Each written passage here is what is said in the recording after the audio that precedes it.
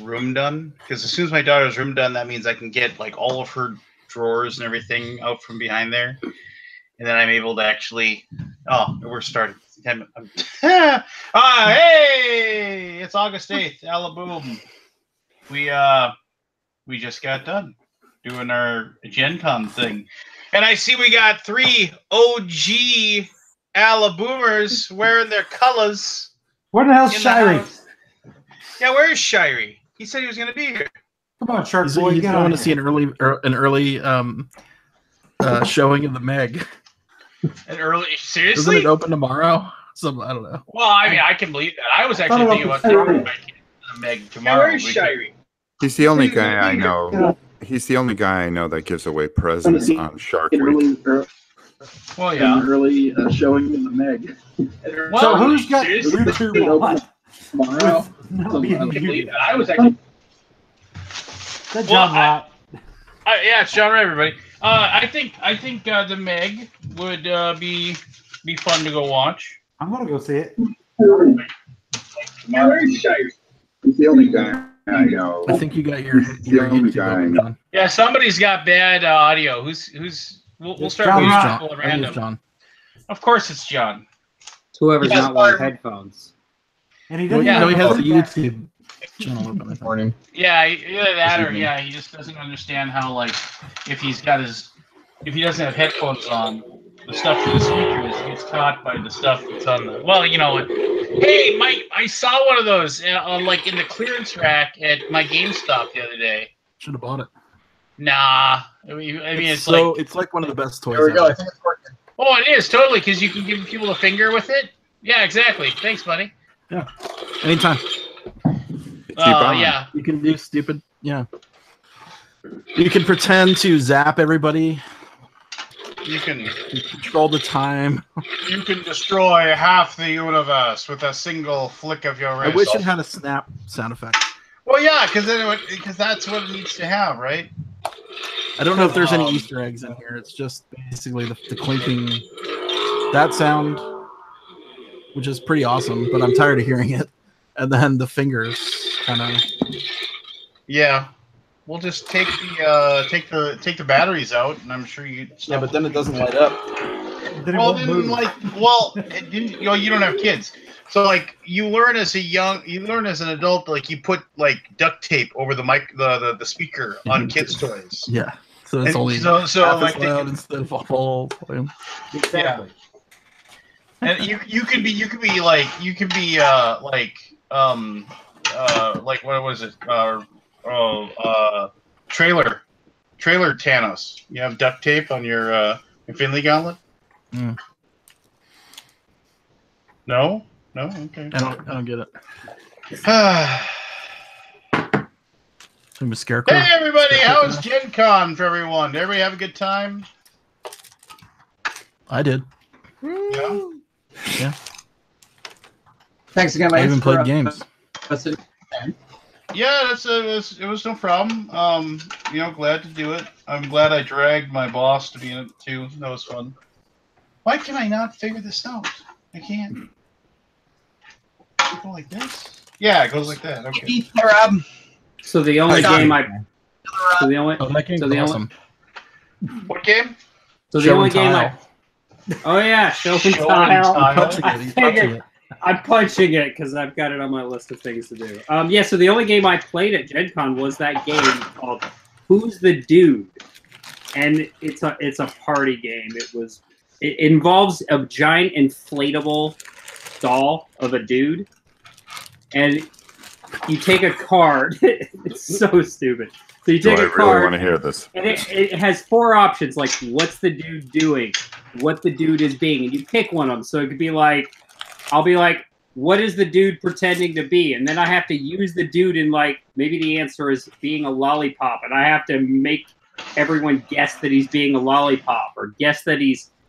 I think there's some sort of scoring system, but nobody ever has scoring. No one used it. We played it at the. It's like 3/4 life size. Oh man.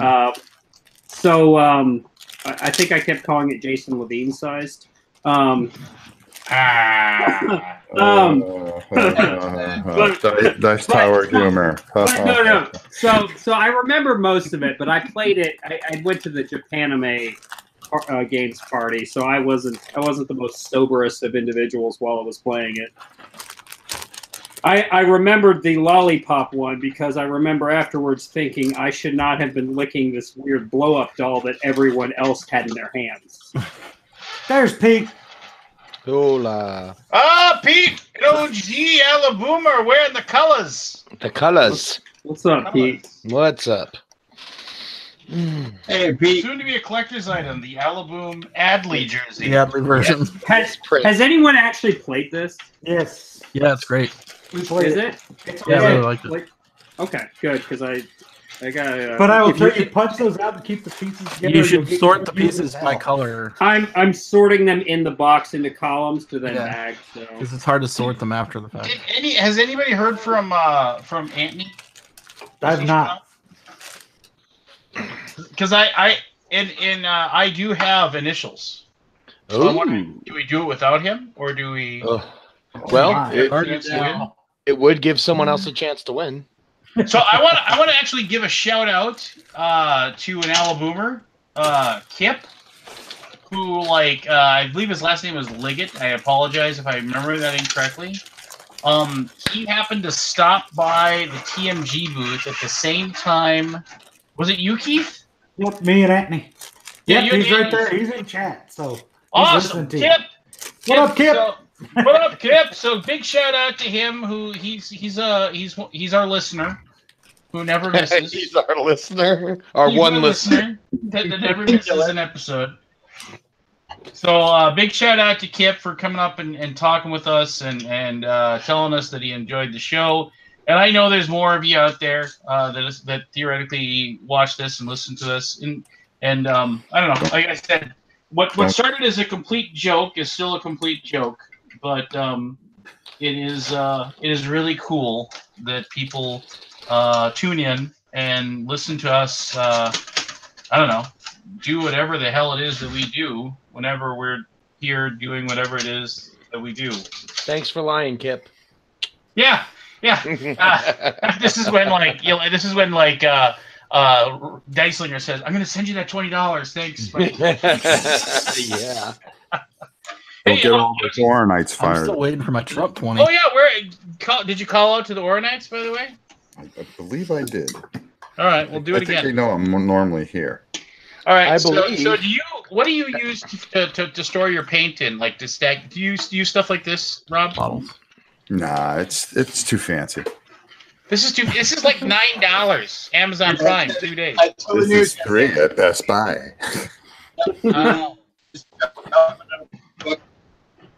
I can't hear you, John. If you're talking, your microphone's really awful, and I apologize because I want to be able to talk to you.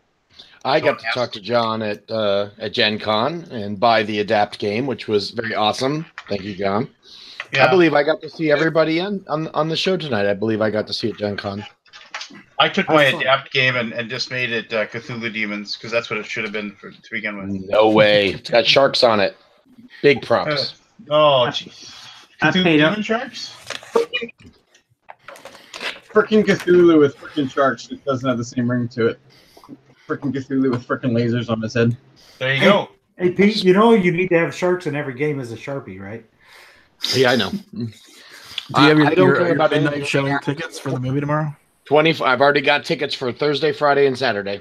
You're going 3 times. I'm taking my mom and dad tomorrow night for the premiere, and then my wife and I are going on a date night Friday night. And we're going to get a babysitter, and then Saturday night I'm going with some of my friends. You must share the love of sharks Hey, amongst is it all the rated people you care about. I hope the movie's good. I'm sure it will be. The early reviews have been pretty positive, so I'm pretty Hey, no, happy. no. Is it rated PG-13 or R? Honestly, I really haven't paid attention. I really don't care. I think it's rated PG-13. Maybe I'll take my daughter It's to PG-13. Yeah, it's PG-13. Yeah, I don't think it got the R rating, and all the people in the Meg fan pages were pretty upset about that. But you can get away with a lot of PG-13. Jaws would be PG-13 right now. I've seen some PG-13 movies that just make me shudder with the gore. But the early reviews are they pretty teen solid, dramas? so I'm pretty happy. Sparkly. What is this movie? Sparkly vampire. The Meg. The Meg! And it What comes is out it? tomorrow. What is it? I've not even heard of it. Megalodon, giant shark. It's based off of a Steve Alton book from about 20 years ago about a prehistoric great white shark, the Megalodon, that lives in the Marianas Trench and is able to finally come up and then wreaks havoc. Yeah, spoilers! If you don't know it's about a shark, You didn't know where it was from. I didn't know it was about a shark until We did now. from New Smyrna Beach. I know it's from deep water because the trailer I should've stayed on my Xbox. very deep. I plugged in my other microphone. Is it any better? Yeah. Yes. No, Now we I can can't hear actually your- understand you, so it's worse. Oh, jeez. Don't listen to him, John. You got fans here.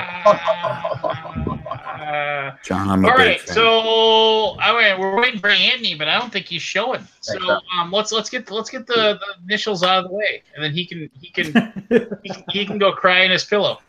He's spending his winnings. Well, no, actually, I want to. Forrest said he was going to be here, right? I want to wait for Cheech or Tommy, as he's known.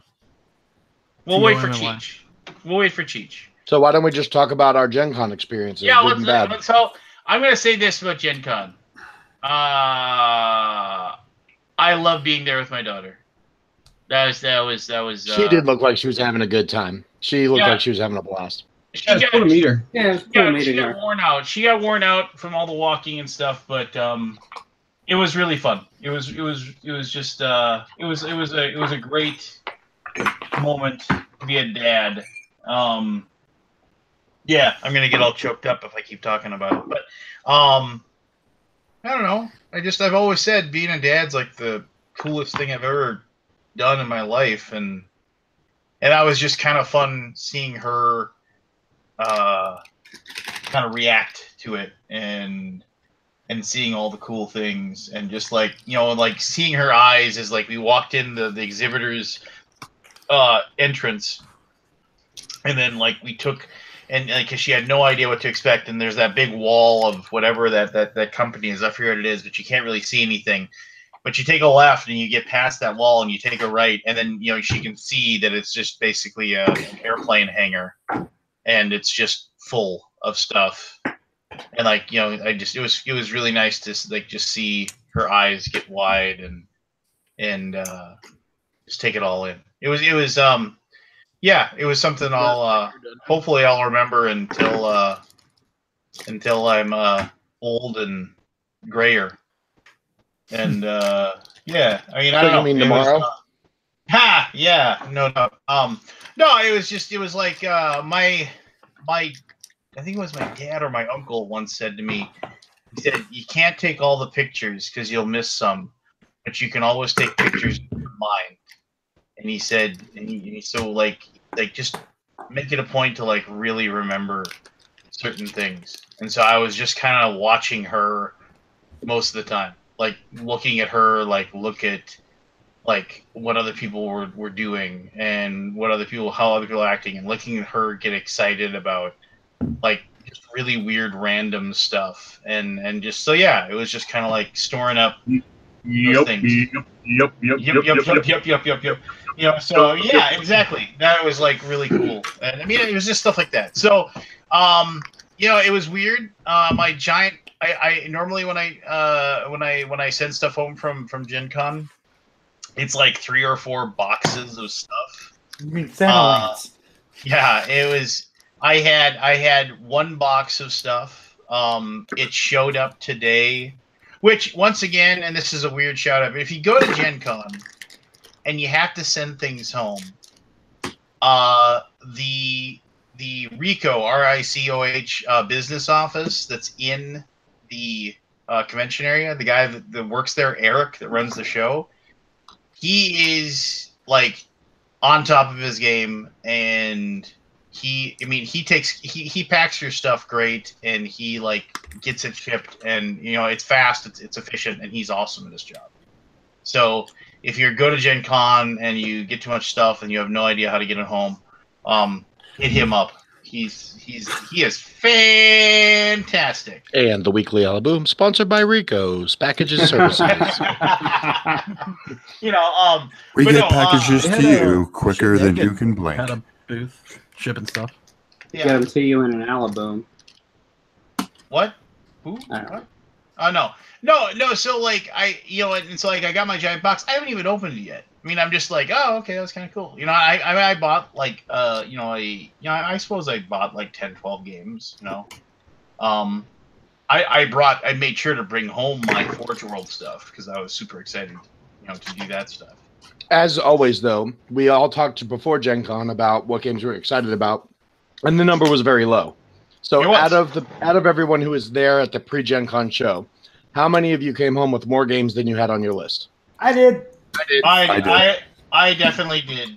Okay. I think we all. So There's always those games you just didn't have on your radar that you look at in person and you're like, I gotta have it. So I bought Root, not on my radar to buy. My Little Side, not on my radar to buy. Mm-hmm. I will say this. Everdell, not on my radar. Oh my God, Keith can do this for an hour. Newton, not on my radar. But Did you now buy anything based on people playing in the hot games room?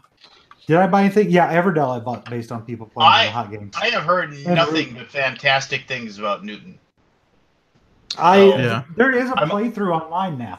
Antlab Games did a 2-player playthrough, so you can see how the game works, and I am super excited to get it. I tell you, we sold out every day in the first 5 minutes. Newton, we only had like 35 copies a day, and within the first 18 seconds, there was already enough people online to buy the Newtons, and every single person in line bought a Newton, so it never got past the first 35 people.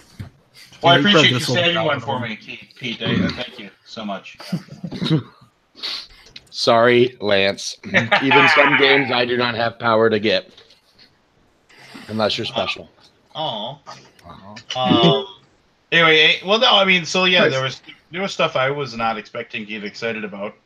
I was able to say no to a lot of stuff too, though. Like I was like, and like there was a few games that I still didn't pick up that one, whatever it is, Cambrian, whatever. Coimbra. I mean, I still haven't got it, even though I know I'd like it if I played it. I just was like, whatever. I just didn't care. I heard people talking about Speakeasy Blues. Yeah, that's that's a really good game. It's So I saw that one in Hot Games Out like twice. I'm more talking the people who played it. My meter was basically Steph and Derek. Yeah. And Steph's like, hey, Derek, I'm going to play a game with you, but I'm in the middle of this one. Can you go play something real quick? He goes, yeah, I'll play Speakeasy Blues again. So if you play something like more than once. Right. I will say my control factor was pretty good. Did you guys go by the Tudor booth that was in the back, the Tudor football, the old electronic football? Yeah. I did. They had that was massive stadium. It was so cool. Yeah. And the guy's really like, cool. $180. He'll give me my wife's team, my team, all the stadium extras, the whole thing shipped to my house. It'll be there before I get home. I was so close to pulling the trigger like 4 different times, and I'm like, where am I going to store all this massive stadium crap? And what are you going to do? You're going to play it like you're going to play it. I mean, you might play it like 6 times the next year, but it's just I'd play it with my daughter. Are you kidding, Lance? I'm playing that thing live. I bought the industrial pack with everything. You don't have any kids at home, glorious. It looks glorious. Oh my God, that game looks so awesome, and it brought back so many memories. But I knew what is the app? The app actually is just a scorekeeper. So when you score, you just put your points on there, and you can keep track of your first down, second down, third down. That's all the app does. There's one other thing you can do with the app, Pete. You can use it to replace the flicking aspect of throwing the football. It's got like EA football meter that you can use to throw the football. So instead of flicking, you use the app, and if it's complete, then you. That's cool. So that make it a little more playable. Yeah, the guy was trying to show how it worked to somebody, and the guys running the booth couldn't make a pass. So they said, or you can use the app. The game was awesome, but I'd have to say my 2 favorite games that I took home from Gen Con would have to be the Warhammer Champions card game. I was really excited to get all of that stuff. I loaded up on that. And then outside of that, it'd probably be either the Transformers card game or what was the Pickle Rick from Cryptozoic. Pickle Rick was a total. That was a totally like. I'm fine. I'll buy it. You know, it's just Yeah, like I don't even care if the game is good. That Pickle Rick statue and the miniatures of Jaguar and Pickle Rick or Jaguar are awesome. Yes. And what was it? My daughter really wanted Pantone. So I mean, that was I got Pantone too. I haven't played it, but I've heard really good things. And the thing was, it was like I don't know if it was I was just drawing good cards or whatever, but man, I was undefeated in that game. I was just so good at it. A little on the light side of Gen Con craziness that went on. Did you guys hear what happened with X-Files and Upper Deck? No. Tell us. Okay, so here's a story I got to tell about a really bad company we know so well. So they put out the X-Files game, big launch, all these tournaments, all this hype around X-Files coming out. Legendary X-Files, right? Yeah, Legendary X-Files. So on day one, they sell their 150 allotment that they have for the day. Sales flies off the shelf, bing, bing, bing. The next day, they open up, and 10 minutes later, they're mad dashing, running all the stuff back behind the booth. So I walk by, and I'm like, oh, you guys sold out of X-Files already? I was on my lunch break. And they're like, no. They had to pull it from the shelf. And I'm like, okay. And they didn't say why. And so I bumped into a friend later and said, yeah, look at pictures online. They put the Marvel logo on the X-Files game that's owned by Fox. So the licensees said, "Oop, pull it," and 150 Marvel X-Files games got out in the wild, and they had to yank it all and destroy it and reprint the whole thing. So all the ones that went those collector's items, weren't they? So the Marvel logo's on the card. Yeah, they forgot to pull the Marvel logo off because they just copied the Marvel Legendary print files and then just swapped it out. So now, and the game's all out in distribution. All of that's got to be recalled because it can't go out with the Marvel logo because it's a Fox property. So is that the cards or the box itself? It was the cards. Every single card was stamped with the Marvel logo on the bottom of the getting fired over that mistake. I'm thinking someone is. That's a pretty big one. Who in proofing? I know Fox probably had to sign off on it too. So did something happen between signing off and going to print? Something happened. Responsible for not noticing that, the graphic designer, the guy with the license. Well, ultimately, the brand manager is going to be the one who signs the final sign off. It doesn't matter how many quality checks they had. Marvel, that sucks. No matter who had the final, no matter how many quality checks they had, the brand manager is always the final say. So whoever took over Brenner's job, that's the guy who would have to sign off on the final file. So if he missed He's that, the guy. he's the guy. All right, guys, well, I have to peace out already. I tried to hop on her, and I had a short night. It was great seeing you, John. How was your Gen Con? How was your Gen Con, Johnny? Gen Con was fantastic. Absolutely my best yet. It was almost entirely stressless. It was amazing. Awesome. It was the video I made, wasn't it? It was. Rob, It was me coming by the booth. That's what it was. Rob, send me a link. Yeah. So no, it was great to see everybody at Gen Con. It was great to see everybody here tonight. And then Gen Con was smooth. It was smooth. It was fantastic. So there's a lot to be said for having the exact same booth in the exact same spot 2 years in a row. Made a whole lot. With the exact same product too. Really. That's an interesting test case. Yeah. So yeah, it was great. All right. Well, have a great night, everybody. See you, John. Have fun, All right. Thanks for coming on, bud. Take care, everybody. Love you guys. Yep. See ya. Take care. So what was everybody else? So I'm totally going to keep picking on Upper Deck, by the way. All right, because their booth was an agglomeration of every booth they've had for the past 4 years, and the theme was just random. Hey, we got some booth parts. Let's stick it up. And I was like, I walked by because I always run in to see what's Upper Deck's booth going to be this year. You can definitely tell Brenner wasn't there. Yeah, you could tell. And so I didn't know Brenner was not with Upper Deck, and I ran into him, and that's how I was going. He said, well, I'm not with Upper Deck anymore. I said, that's why I can't figure out the booth. I just learned that right now. Yeah, it was a little bit discombobulated. They had the Shark Island. They had the shack from Shark Island. They had these sci-fi pillars that looked like they were from their Aliens booth.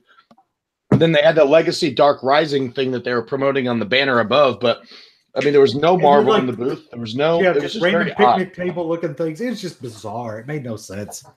It's just we've got parts. Let's put We've got a lot of parts. Let's just throw it all together. Yeah, I was surprised they didn't have the Pork Chop Express in there too somehow. That would have been funny. Whatever. So, game that I Could have bought Marvel on a logo on it. whim I bought this game on a whim, and it turns out to be a really good game. Is the Monster Crunch battle game? Oh, that's another one I was. That is a good game. I haven't played it yet. Good. This is a $20 game. It's going to be out at mass market stores. And it is a great little card game for $20. Yep. And it came with you got a box of cereal at Gen Con. Yeah, how cool was that? Like $5 you got a box back. of cereal. Mm-hmm. My daughter already confiscated my Boo-Berry. Oh, you got to go Frankenberry, brother. I didn't get a choice. No, he ended up with Boo-Berry. I had Frankenberry. That's what happens when your crappy friend doesn't get you the right cereal, but they didn't have a choice at that. Nah, it's all good. Like Count Chocula. That would have been my favorite. Yeah,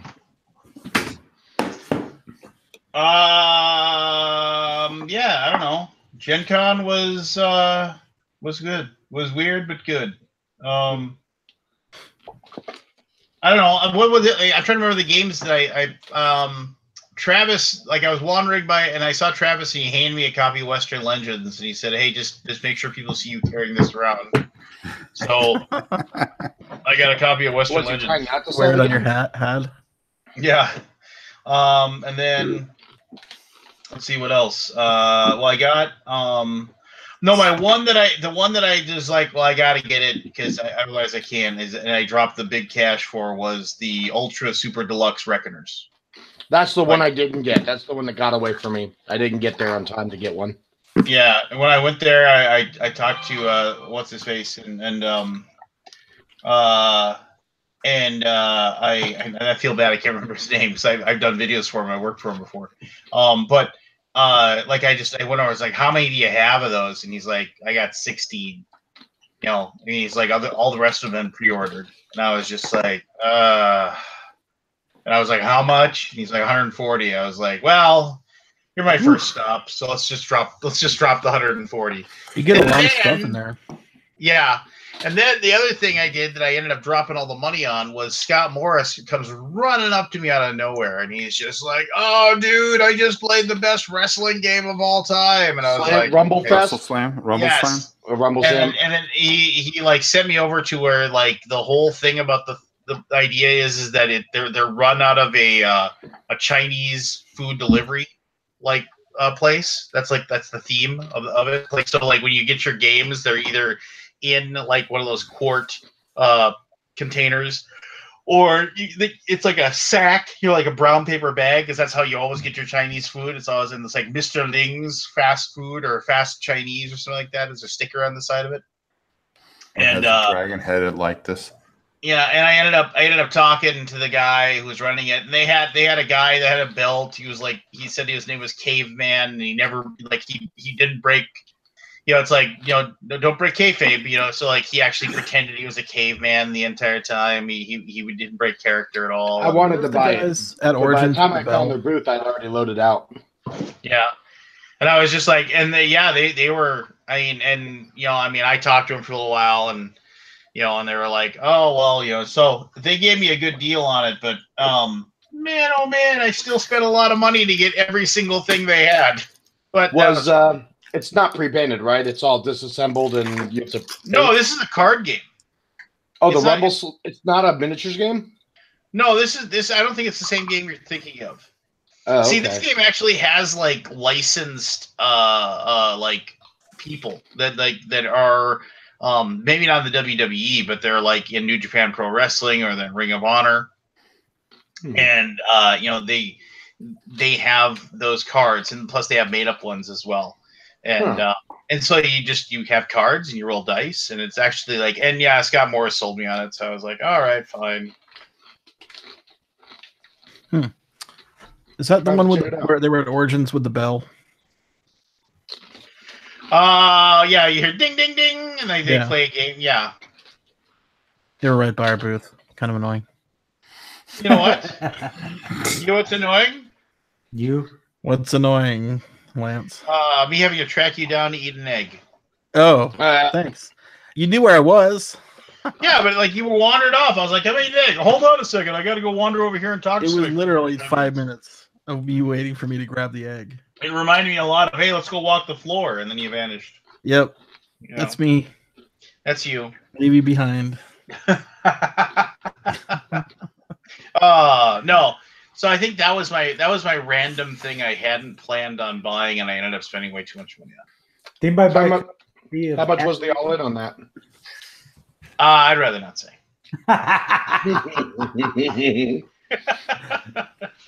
Okay. Let's just say was your wife watching? Let's just say she could watch it at some point. We know she's not going to. Come on, you can tell us. She used to listen to. Actually, I think she still does. She used to like when she wanted to have background noise at work so she could drown out the people around me.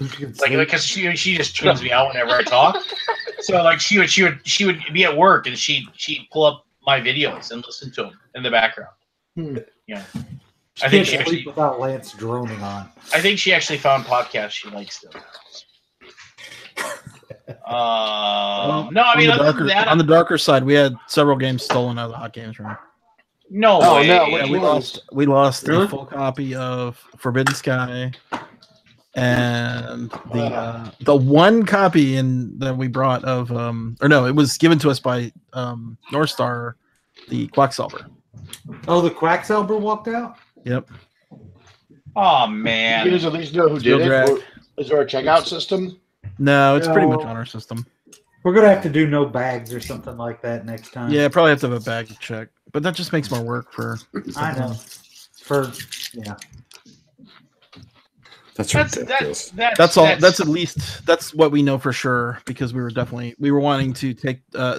North Star wanted the game back and we didn't have it, and then the other, Forbidden Sky was going to give the link into kind of fast track for game night because it seems pretty cool. I guess you'll have to start taking the driver's license when they check games out. I mean, it'll be a pain in the butt, but yeah, it's just if you know the way the room works, it's a logistical mess. Rough, yeah.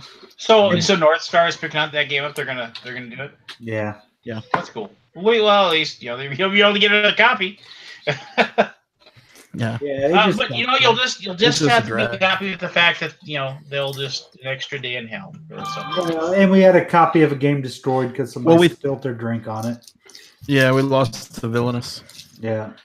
We had 5. I think we had like 4 or 5 copies of that though. So but it could have just as easily been something we had one of. Yeah. So I think the idea we had where we don't we put a big giant sticker on the box that would wreck it if you pull it off. That's probably at least for the games that are a little more rare. Yeah, I think we need to do that too. I think we need to, or just write the word "bastard" on all in giant in black magic marker. Well, or you could like Vassal does put stolen from Tom Vassal. Yeah. So, what was everyone's game that they missed out on? I could have really gotten everything that I wanted. I don't think I really missed out on anything. I have 3. Hindsight. I have 3 that I didn't realize. Newton, because I thought my good friend that works for Cool Bean or Not would be able to take care of that. We only had 100 copies. They wouldn't let me touch them, so I couldn't. Pete, I said good friend. Mm-hmm. True that. I'll remember. A shark never forgets. Jaws the Revenge. Right. I'm going to voodoo you all the way to Bahamas. No, I was really upset. I found out that there were, I don't know how they were gotten, if you had to demo the game or whatnot, but people were coming from Gen Con with Keyforge decks. I would have really liked to have at least gotten one. Oh, they gave them away at the freaking... Right, they gave them away at the event. Oh, so I couldn't go to the event because we were running our event the same time they were. Wednesday night, yeah. Yeah, so I would love to have gotten that. Here's my luck, Pete. Both times I have tickets to that event and don't go, they give shit away. Yeah. So Keyforge was one. For sure, I definitely wanted to walk away with that. And then that Sword Crafters game. I didn't realize it was at the show. I would have loved to have gotten it. They have some pre-orders left on Sword Crafters. The deluxe version. So you may want to go pre-order it right now before they What's the website? Actually, chat it to me. Adam Rayberg Games. I'll find it and I'll send it. Adam Rayberg Games. He's a Minnesota guy. I could probably reach out to him too. I pre-ordered it as soon as I played it because they were sold out by the time I tried it. It was way better than I expected. It was surprisingly good. Yeah. Well, yeah, I've heard good things. But it's just okay. I'm gonna say this. I like the game, but it's still just you divide, I choose. Yeah, but it's done really nicely. The advanced game has some more stuff you can do with it as well too. And it's fun. It's just fun. That's the big part. It's fun. It's You're just building a fun. sword. Building a sword is surprisingly and fun the quality is nice. I mean, the sword, the feel of it is very solid. Oh, tell me more about how you like building a sword, Scott. And then Founders. That's the only three. Like so Keyforge, Sword Crafters, and that Founders game. Those are the three that I would have dropped cash on if I could have gotten them. What was Founders? Reckoners. I think the Reckoners. I'm sorry. That's what I meant. Yeah. Lance, you were there on the one that I missed. It was pretty funny. Doing this whole interview, and he's in the background, and we get done, cut the thing. I do it in like 5 minutes. I turn to the guy. I go, "Yeah, I'll take one of those." He goes, "Nah, they sold out about 2 days ago." Okay, see you later. And Archmage looks cool. That game looks super cool. Yeah. I want to play it though. I want to play it before I get it. I don't know. Hey, Jim is here. Yeah, or however you. Jim. All right, Jim. I want to ask you, how was Gen Con for you? Gen Con was quite exciting. I had a cosplayer almost faint in my booth. I had a child faint in my booth and throw up. I had a woman ruin my new floor with her stiletto heels. It was quite exciting. Okay. Every time I came by your booth, damn deduction games, looking like they were having. What'd you say, Aldi? Well, the couple of times I stopped by your booth, it looked like there was some big groups playing and having a good time. Yeah, they were. There was a lot of yelling going on, and that group that was there when you came by toward the end left, and I thought I was a little irritated that none of them bought anything. Then the next day they came back and 3 of them bought a game. Oh, that's cool. Yeah, it was nice. Yeah, so yeah, it was good. Yeah, I had a good time. I put in my money down for next year. So hopefully I get the same location. So Jim, I did have a story to tell you that I didn't tell you at the show because you were busy when I came by. Tell me. I was in line to buy my stuff at CMON the first day. Yeah. And the guy next to me in line was talking to his buddy and said, "I'm looking forward to playing this Doer game from, I think it's," and I'm like, "Devious Weasel Games." He's like, "Yeah, that's it. You know where it is." So hopefully they came by and bought a copy because they're actually talking about it in line at CMON. No, that's awesome. I just thought you'd like to hear that I heard random buzz about your game, and I didn't say, "Oh, that social deduction game." Get my yap shut. Thank you very much.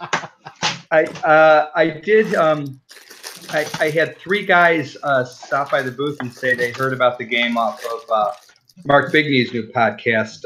So very wrong about games. That was Did kind anybody come looking for social deduction games because they watch Alaboom? Yeah, this guy who was remarkably like you, Keith. That guy sounds like a prick. Thank you, Keith. Ordered. I do have one instance from Gen Con though that really still pisses me off. I had these 2 guys come up to the booth, and they're like puffing their chests out, like they're all really cool. And they looked at the game, and I said, "Can I answer any questions for you?" And they said, "Yeah, what's the rating on BGG of it?" I said, "Well, it doesn't have a rating yet." They said, "Oh, it does. It may not be above 30, but it's got a few probably." I said, "Well, it probably has a few. If you want to look it up." He goes, "No, those would just be your friends who are just shills. I don't want to know about that." So I'm like, "Okay." And then they say, "Now, tell me why I should stand here and listen to you. Tell me what your game does that no other game does." And I'm like, well, quite frankly, every game pretty much does everything another game does. So I don't know what you expect from me. Oh, they were the biggest pricks I've ever met in my life. Wow. That's bad. I'm really sorry I came by that. Yeah, well, that was coming.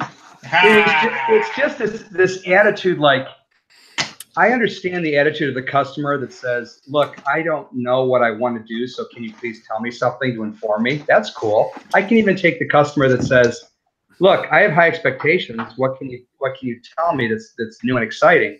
But the people that come up to you and think that they're God's gift to you and you should kowtow to them, I just want to say, I prefer not to have your business. Please move along. So why did you just say that? Because it didn't occur to me until 2 days later when I was still upset. Hey, Jim. I would have said that to him if I'd been there. I would have told him to take a hike, and then you would have said, "You just cast me a sail, Mikester." Hey, Jim, did you have better traffic at your new location? Because you had a sweet location. Yeah, I did have pretty good traffic, but it was intermittent. There were some dead times and some really packed times. And I don't know whether that corresponded with I don't know whether that corresponded with other people doing special drawings or anything like that. There seemed to be clusters moving about the hall. Yeah.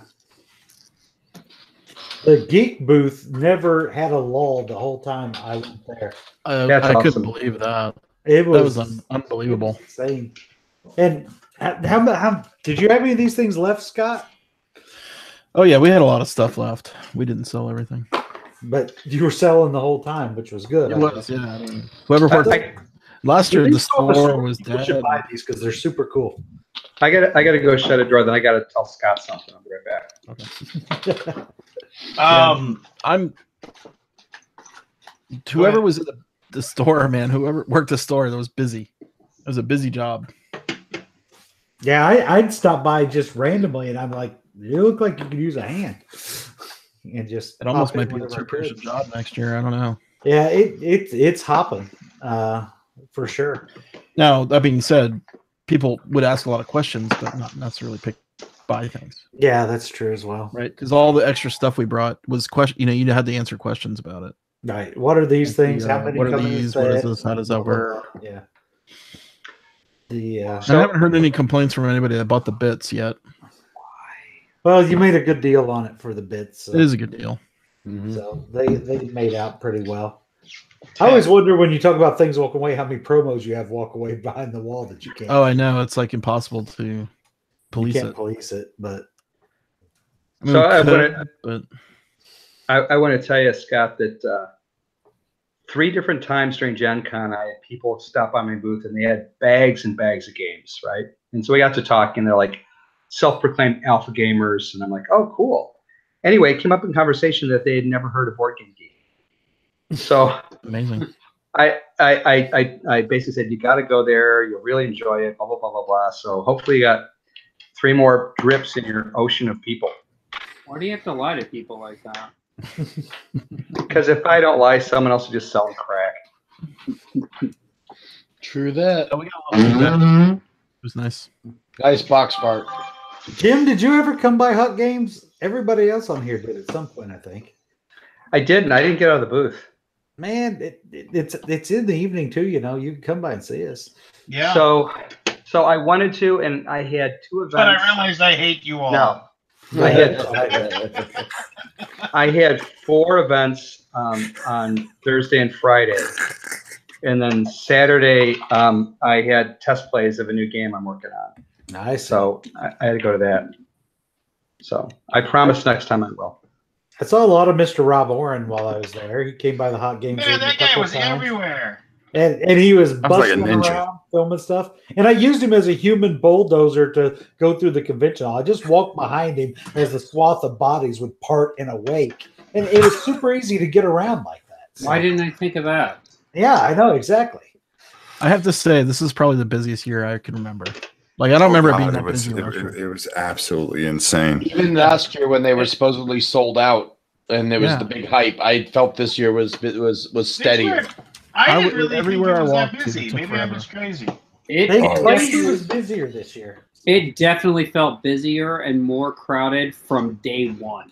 Yeah. This year. Yep, I agree with that. Our lines lasted longer, stayed busy longer than, and it seemed like the people that were shopping were buying more. So maybe it wasn't that there were more people, but they were buying more. Because I was watching people walk out with bags full of games, and I'm just like, good God, one after another, after another, after another.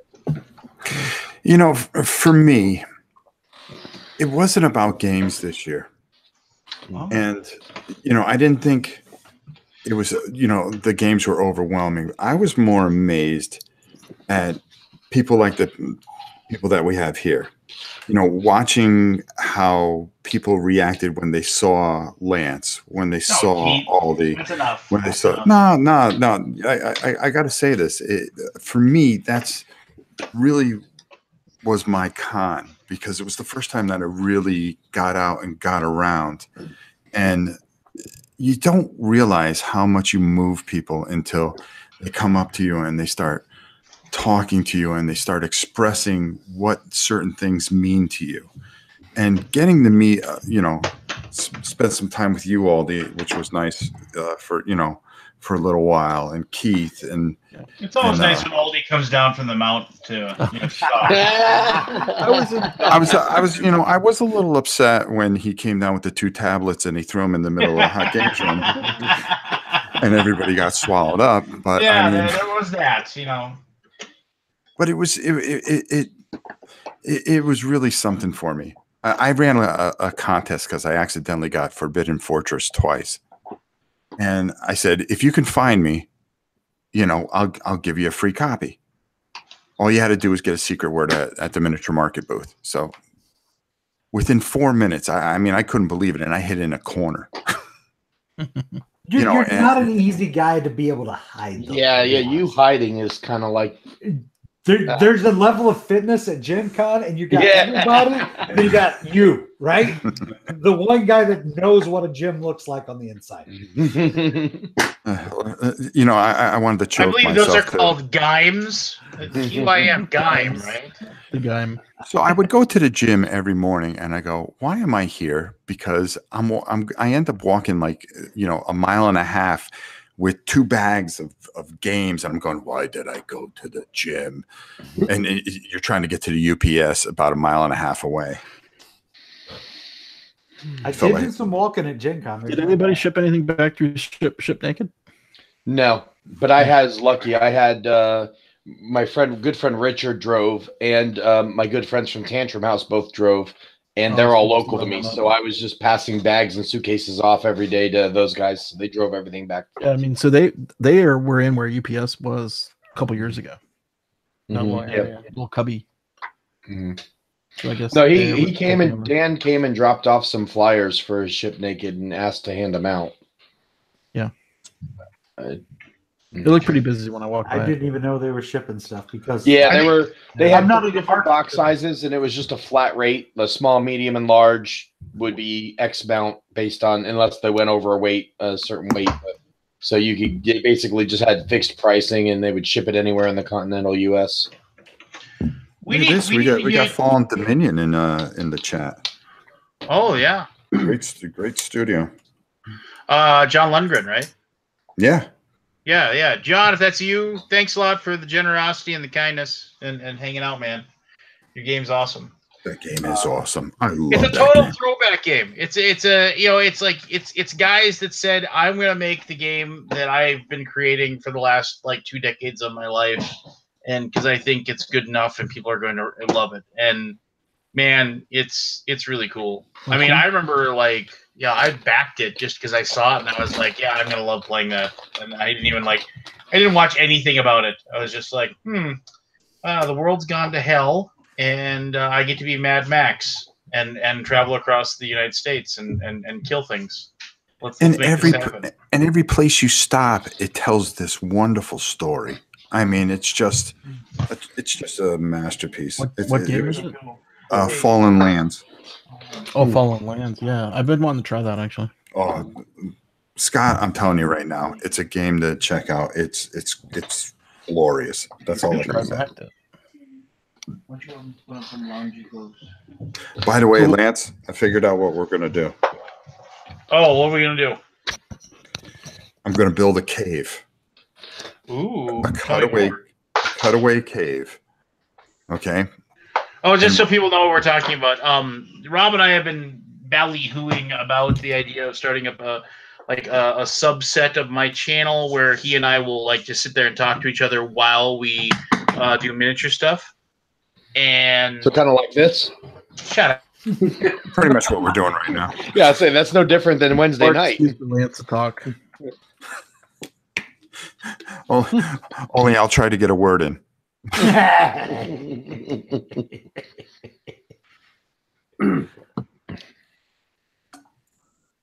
Where'd he go? We broke him.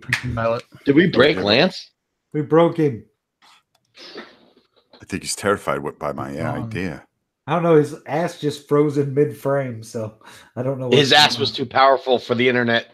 Yeah, his internet could not render that through the. He must have got up and kicked the cable or something. Let's give him a few minutes. Technical difficulties. While we're waiting, what was everyone's favorite announcement that came from Gen Con? Not necessarily a game that was available, but out of all the announcements that were made from various companies, what was the one that really caught you by surprise? Arkham Horror 3. Yeah. Wow. Because at first it was breaking my heart since I own everything ever in existence for Arkham Horror. But actually, once I started looking at how they're doing it, I mean, it's not going to be compatible. It actually does look good. That one wasn't a surprise for me, but I happen to know somebody very close to that property, so I kind of had to keep my mouth shut on that one. I was super stoked about it. Like in the end, like I said, at first I was like, "Oh, what happens to all my stuff?" But you know what? Whatever. It doesn't invalidate everything you have, and you can exactly. It doesn't invalidate it. And if you don't like the new one, you don't have to touch it. If you do like it, then for me, but honestly, it's really cool. For me, it was probably the 2 foot long Armada capital ship. That's pretty awesome. Even if the it's Executor, the Executor, yeah. I mean, I play Armada anyway, so I was super excited for it to play.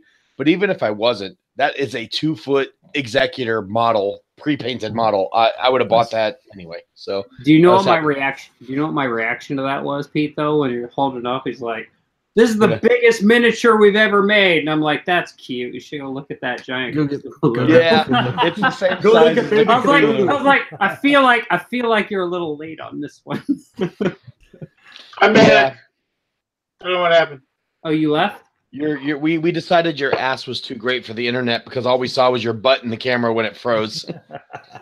Shut up. Anyway, no. So anyway, there's a thing in October where you build your army and you get to put them on a 2 foot by 2 foot scenic something, and then like it's every Warhammer store has like you go in, you present it, and hopefully you win an award or something.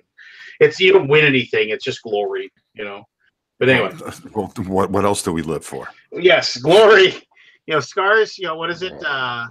Glory never fades. And like the whole when the Evil Knievel guy told Bart, he's like, what did he say? He's like, look, it's just like bones knit, something, and chicks dig scars, and glory never fades. You know, so it's just like.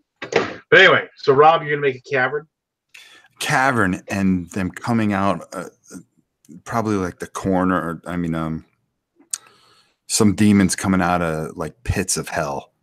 Ooh. And then we could do the the fantasy marines, shall we say, fighting them back into the hell. The forces of order. Think about that. That'd be cool. Yeah, but I can't paint with the crap, so I'm just gonna. Mine will be stickmen. Do skeletons. No, I think I'm gonna do a Nurgle army, like on like some like bloated like evil looking swamp or something like that. So if you do the evil guys coming out, I'll make it so they come out of the ground. What? If you do the how are you going to do my thing? Last time I checked, you don't live next door to me, right? I'll send you piece by piece. You can put it together. You can build it. You can build it right out. Okay. Well, we'll figure it out. We'll figure it out. Anyway. I got this figured out. Just stay with me. Stay with me, Lance. All right. Stay with me. Don't go into the light. I'll say this. I went to the Badger booth and I was like, hey, I'll just go over there. And I ran into Derek. I can't think of his last name right now. Pete. Yes. Derek who? Derek Osborne? Yeah. I ran into Derek Osborne over there. And I ended up like plumbing his mind for ideas. And then I started talking to the guy who was running the Badger booth, who's like some bigwig with Badger. And he was like, oh, you're friends with Derek? And he was like, oh, I'll give you a heck of a deal on this, that, and the other thing. So I ended up spending money there that I wasn't planning on spending. So, but that was cool. And I got I got a bunch of paints that I'm putting away that I got there. So I'm excited about that, I guess. Do you use Minotaur paints at all, Rob? Excuse me? Do you use Minotaur paints at all? No, not at all. Are they any well, good? Great. I don't know. Derek said they're great. So well, if he says they're great, they got to be great. Well, maybe, I don't know. He was standing in front of the booth, so maybe he was just yanking my chain. The lip service. There you go. Who are you offering? Alaboom. Yeah. I'm trying to remember. God dang, what was it? What about the Stronghold indie games? Yeah, that was a pretty big announcement. It's a little surprising, honestly, because Stronghold was doing so well. I'm surprised that they, because the way it's structured, it looks like Travis Worthington's the one in charge of that whole thing, not Bonacor. So he's president. Yeah, because I thought Steve was doing great on his own. President of Stronghold. Correct. The entire organization. That still means my reaction to it is this, and I could be completely wrong, but I think Steven has kind of moved into like, hey, if somebody else wants to do all the grunty stuff of like, the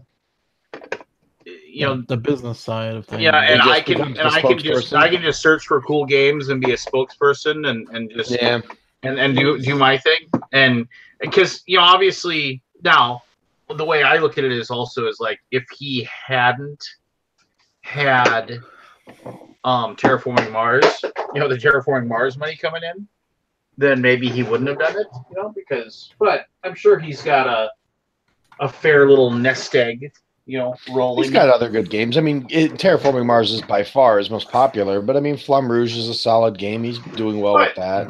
But I mean, the sheer numbers that you're selling. Solid game. I hate that game so much. What game? Flamme Rouge. Oh, I love Flamme Rouge. Yeah, Flamme Rouge isn't that bad. Yeah, what's your problem with Flamme Rouge? He just doesn't like it. So bored. Everyone is entitled to their own opinion. It's kind of like talking to you then, is what you're saying. It's a fine game. The long-winded Lance says someone else is boring to talk to. It's a fine game if you can get into it, but for me, it was just dreadfully boring. Well, that's fair. That's a fair assessment. Yeah. No, it isn't. Coming from the guy that was dressed like Doctor Who the entire weekend. Yeah. But anyway, we digress. We don't invite Robert to come here to be our whipping boy. Yeah, that's fair. Yeah, that's. Where is Cheech? Yeah, where is Yeah, Cheech? no kidding. Where's our normal whipping boy? I reached out to both Cheech and Anthony, and I was like, I told Anthony, I was like, hey, wake up, and like, nothing. We'll save initials for next week when he's No, back. I did not make these. Damn it, I did not spend. That'll last till next week. Might as well do it for next week because it won't be a fair win if Anthony's not here. It's just No. If you don't show up, you don't get to you lose. That's it. So, and we're doing it. I will. What time? I think what you mean is if Anthony doesn't show up, you have a chance to win. Well, he I'm can't doing win if he's running doing it, the so I don't know quiz. how I can. Here, I'll enter and do it at the same time. I will. What is that? Is that some who's being possessed by a demon right now? That was my clock. Oh, it did not sound pleasant. Yeah. Telling me it's time to kill a small animal. Okay. Why Nice. not a large animal? Yeah. Large animals fight back. But is there a sound for that? Yeah, you just heard it. It was my clock. Was it? So was it your clock then? No, it was my clock. Your clock. All right, screw it. Screw it. We're doing this. Clock. Hey, Robert, when did you leave on Sunday? Around 6:30 p.m. Oh, wow. Why? No, because I figured you'd be on my flight back. No, you and I only go on flights there, apparently. Yeah, I guess so.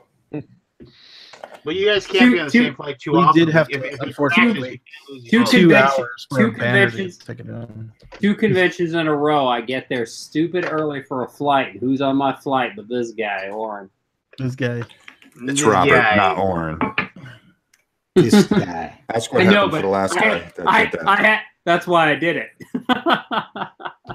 All right, so here we go. I originally was going to do initials. I was going to do KL for Kip Liggett, and but there is not a lot of KL, so I do apologize for that. But so I had the best of intentions behind my idea, but instead, I decided to just say it to all of our fans.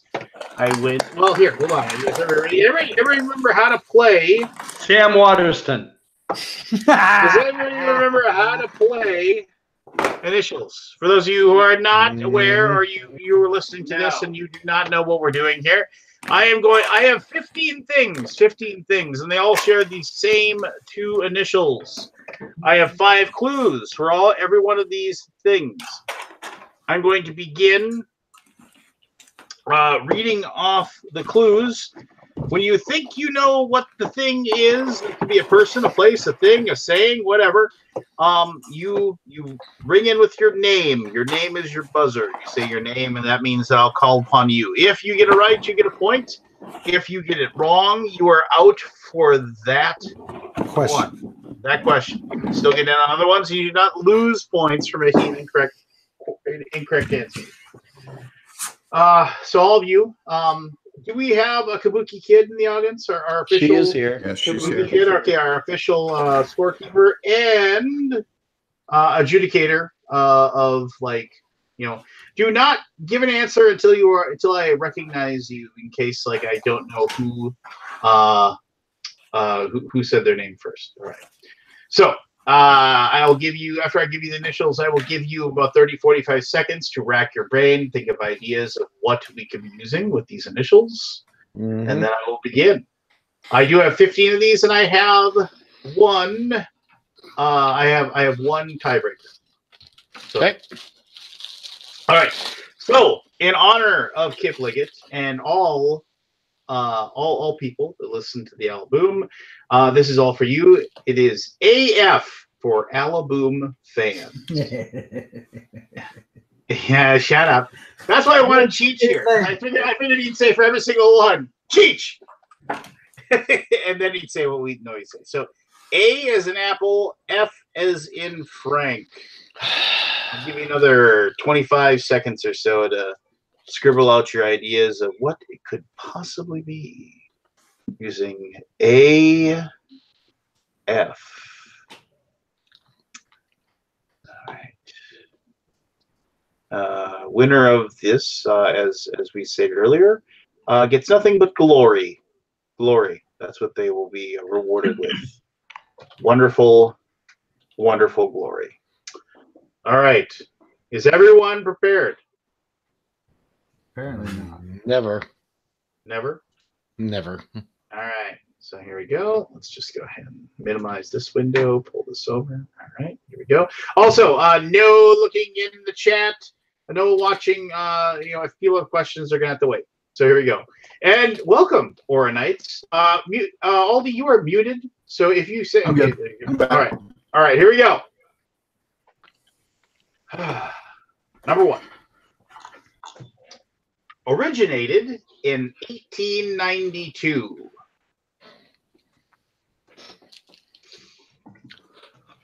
Originally known for its expensive sporting goods.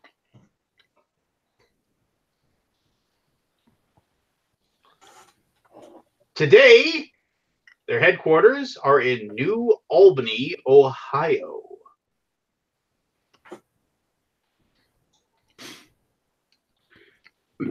In recent years, Keith, Jim.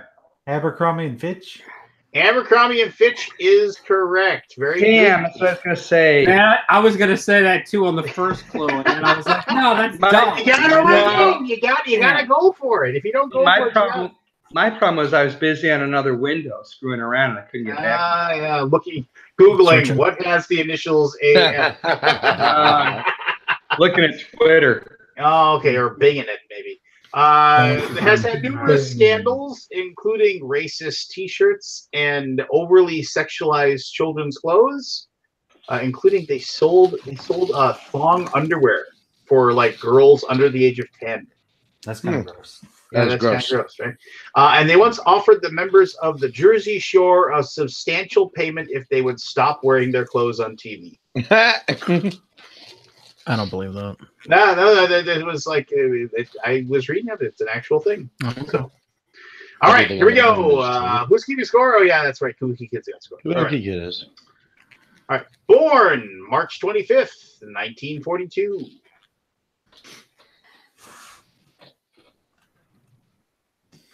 Contrary to popular belief, they were not abandoned by their mother.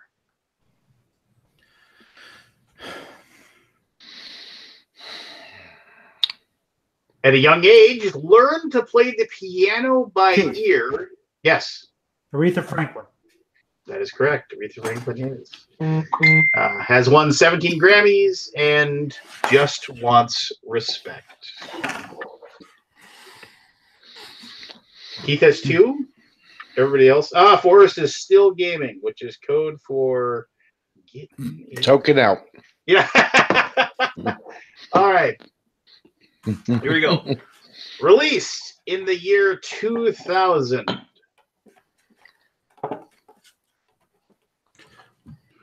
Rob.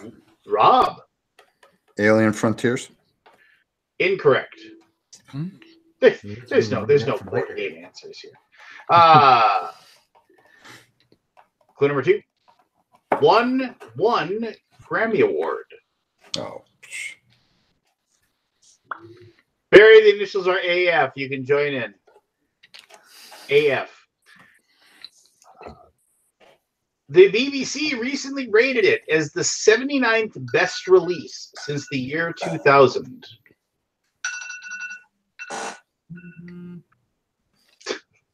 The kettle's on. Clue number 4. Was critically acclaimed, including named Best Picture of the Year by Roger Ebert, but was a financial failure.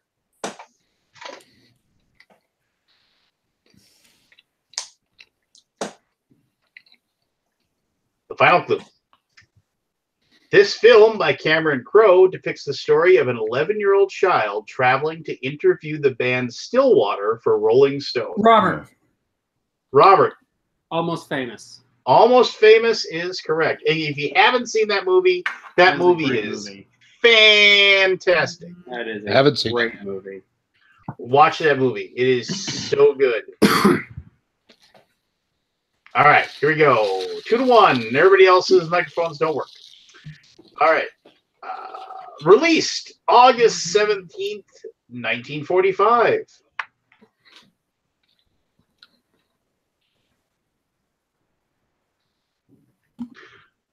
Napoleon plays a large part.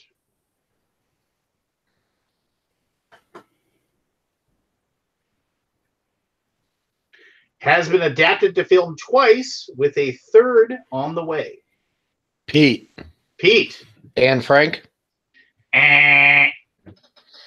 Good guess.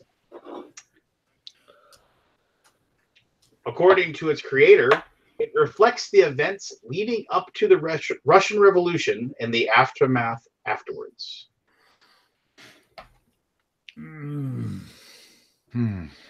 Final clue. Perhaps its most famous quote is in the last chapter when it said, "All animals are equal." Keith. Aldi. Keith. Animal Farm. Animal Farm is correct. All animals are equal, but some animals are more equal than others. And they're all tasty. I had a buddy who had a bumper sticker that said, "If we weren't supposed to eat animals, they wouldn't be made out of meat." Why did God make them so tasty? All right. There we go. Founded in 1971. And I'm going to giggle when I say this clue. Just bear with me here. Also known as Tinea pedis.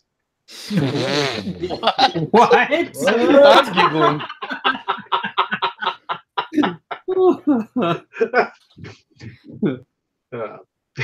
And then this following clue generally impacts men more than women. Barry. Barry. It's AF, yeah? 5, 4. Yeah. What? Oh, no, I'm thinking EF. No, sorry. Fourth clue. Is located in 27 countries with 483 locations. Final clue. Is both a foot fungus and a sporting goods store. Aldi. What? Aldi was first. Athlete's foot. Athlete's foot. Damn it. That was the softball I've been waiting for. Yeah, it was softball. Yes. And I screwed it up. Athlete's scientific foot name is Tinea pedis. Tinea Oh, pedis. P-E-D-I. I don't think you. I don't think you said pronounced something that else. right. I I thought think you isn't it tinea pedis or something like that? Okay. I thought you said tiny penis. Yeah, I think you Aldi, purposely said Aldi it on the wrong. board. Way to go, Aldi. You're on the board. Thanks. Here we go. Was abandoned as a young child by their parents.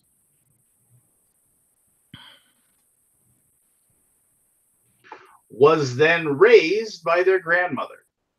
Aldi. Aldi. Al Franken.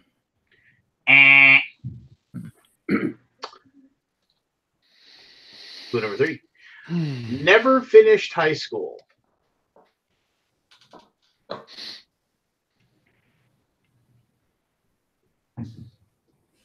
Clue number 4. In modern culture, has since become eponymous to things getting worse and never getting better.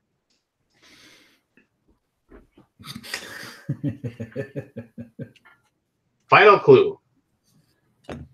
Sometimes guests at the Alaboom first chance is this person at his local game store.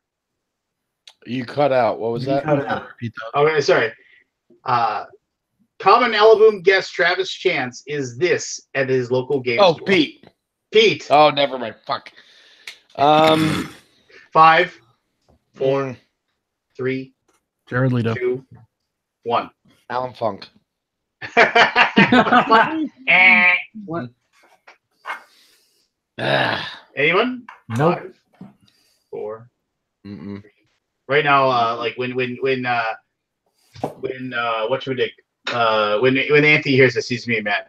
That would be Arthur Fonzarelli. Arthur Fonzarelli, or better known as the Fonz. That's not a good That's set of clues. terrible set of clues. Yeah, That is not true. What am I gonna say? Close sucked. Worst. Oh, okay, whatever. Yeah. The dog's even barking. Yeah. All right, All right, born May 21st, 1951.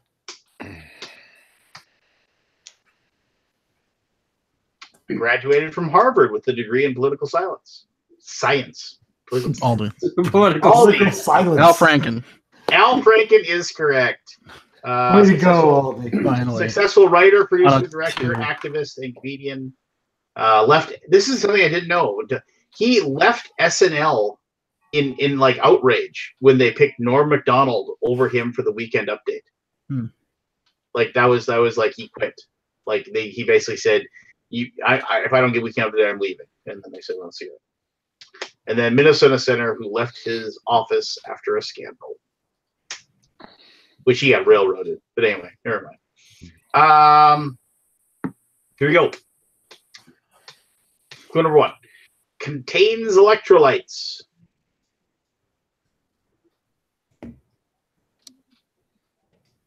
Increases in volume by a power of 32 over 28 weeks. Jim. Amniotic fluid. Amniotic fluid is correct. Well done. Is a cushion. Contains stem cells. Is the water for when the water breaks. Good job there, Mr. Science Man. That's my one shot for the evening. I had it. All right. Okay.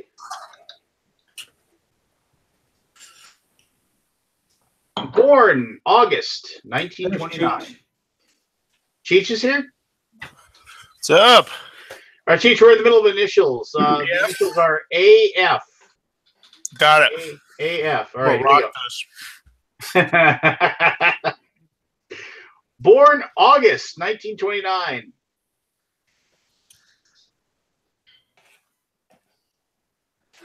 Rob. Albert Finney. Albert Finney is incorrect, though. A wonderful guess. Pete. I'll go again with Anne Frank. Anne Frank is actually correct. Way to go on one question. And largely unknown in life, but their journal made them famous. Died in March 1944. Their journal has been adapted to several plays, TV shows, and movies. And a victim of a Holocaust, she has become a symbol of courage against hate and fascism. I actually was going to go to her museum when I was in Amsterdam, but I got way too lost. They actually just came out with a brand new VR experience. I was waiting for you to say way too high. They're connected. They just came out with an Anne Frank VR experience. You can walk through the house and see what the conditions were that they had to live in. It's pretty cool. I mean, that's you know, I agree. You should, but that's just also really grim. Like when I was like expansion of that, where you have to fight off zombies in her house. You know, when I was like just reading up on the stats, the facts for this thing, I was just like, just too much grim stuff. I was reading it, it just depressed me. Yeah, especially when you see a picture of her as like a young kid, and you kind of just realize, you know, you're just like, ugh, what a horrible time. Anyway, happiness. Anyway, born November 29th, 1976. Their father is a professor, and their mother is a special education teacher. And your father smells of elderberries. At a young age, would imagine that the retainer was talking to them, and they would interview it. What? What was talking to them? Forrest. Al Franken. No, we already had it. All right.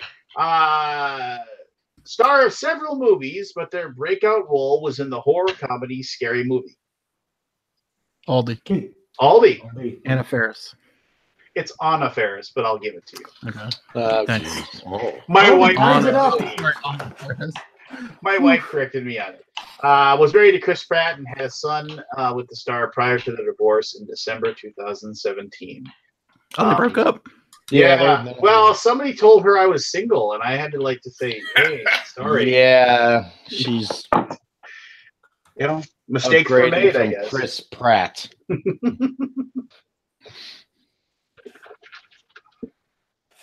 Thanks a lot. You couldn't even pretend. All right. I said upgrade.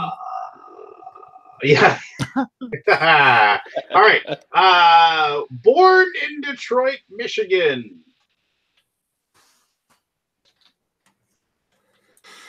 As a juvenile, had a troubled youth, getting in trouble with the law several times.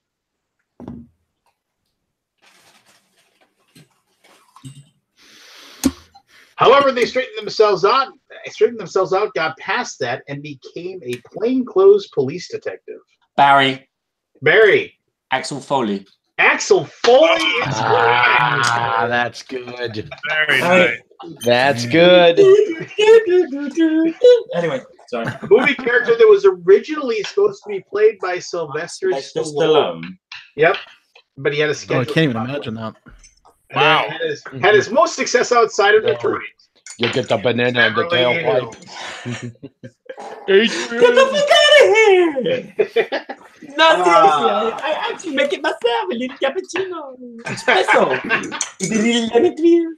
You know that sadly, the new one, or that because supposedly they've been working on another installment for ever, and it's just not happening. So no, it's not. It's not going to be a series then. I heard it was going to be a series. I don't know. But anyway, here we go. There are 27 versions the most recent design is commonly attributed incorrectly. In addition, the current design has been in place for over 50 years. Keith. Keith. The American flag. American flag. That is correct. Nice. The next clue was 13 and 50. And then the last one is a song about it is sung before every professional U.S. sports game. For now. For now. Correct. All right. Let's see here. I think Keith's got it wrapped up. No, it's close. It's 4-3. Oh, really? Yes. All right, here we go. 2. And we've got 12 questions down. Are you sure? Yep. Oh, here we go. Me 4, Robert 1, Pete 1. Remember, we missed one. We missed Barry 1, Lance 1. Yeah, okay.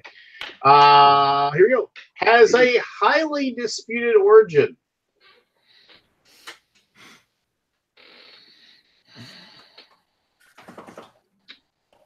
It is widely observed in most of Europe and America.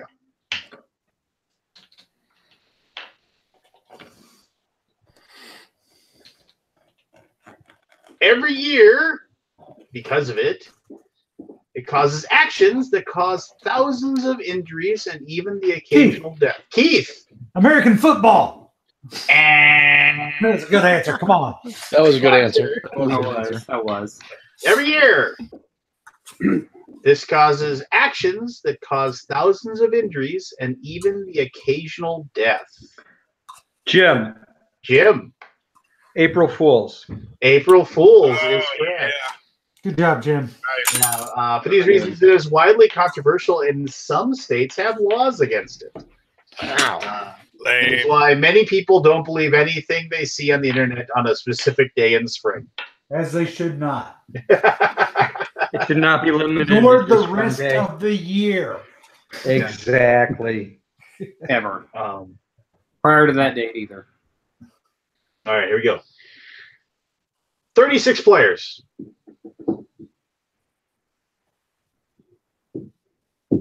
Large oval.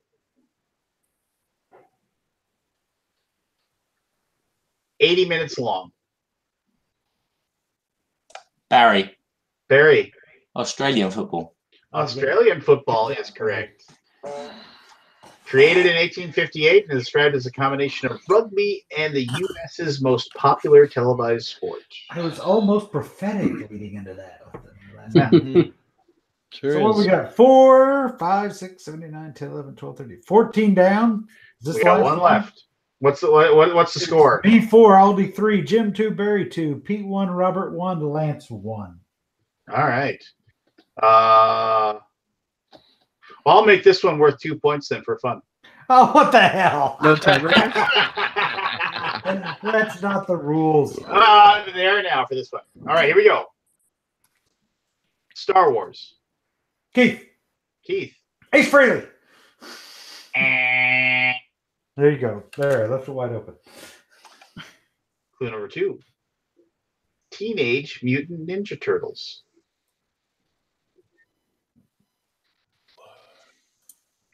Clue number 3. Jim. Alan Dean Foster. Nah. Pete. Action figures. Action figures is correct. Well done. Good job, Pete. Next one is like I was WWF, and then it was He-Man, but G.I. Joe was the first. I thought you were going to say Austin franchises fucked up by remakes. I thought Barbie was the first. What was the top? Here's the tiebreaker. Ready? It has a swear word. Ass fuck. Ass fuck.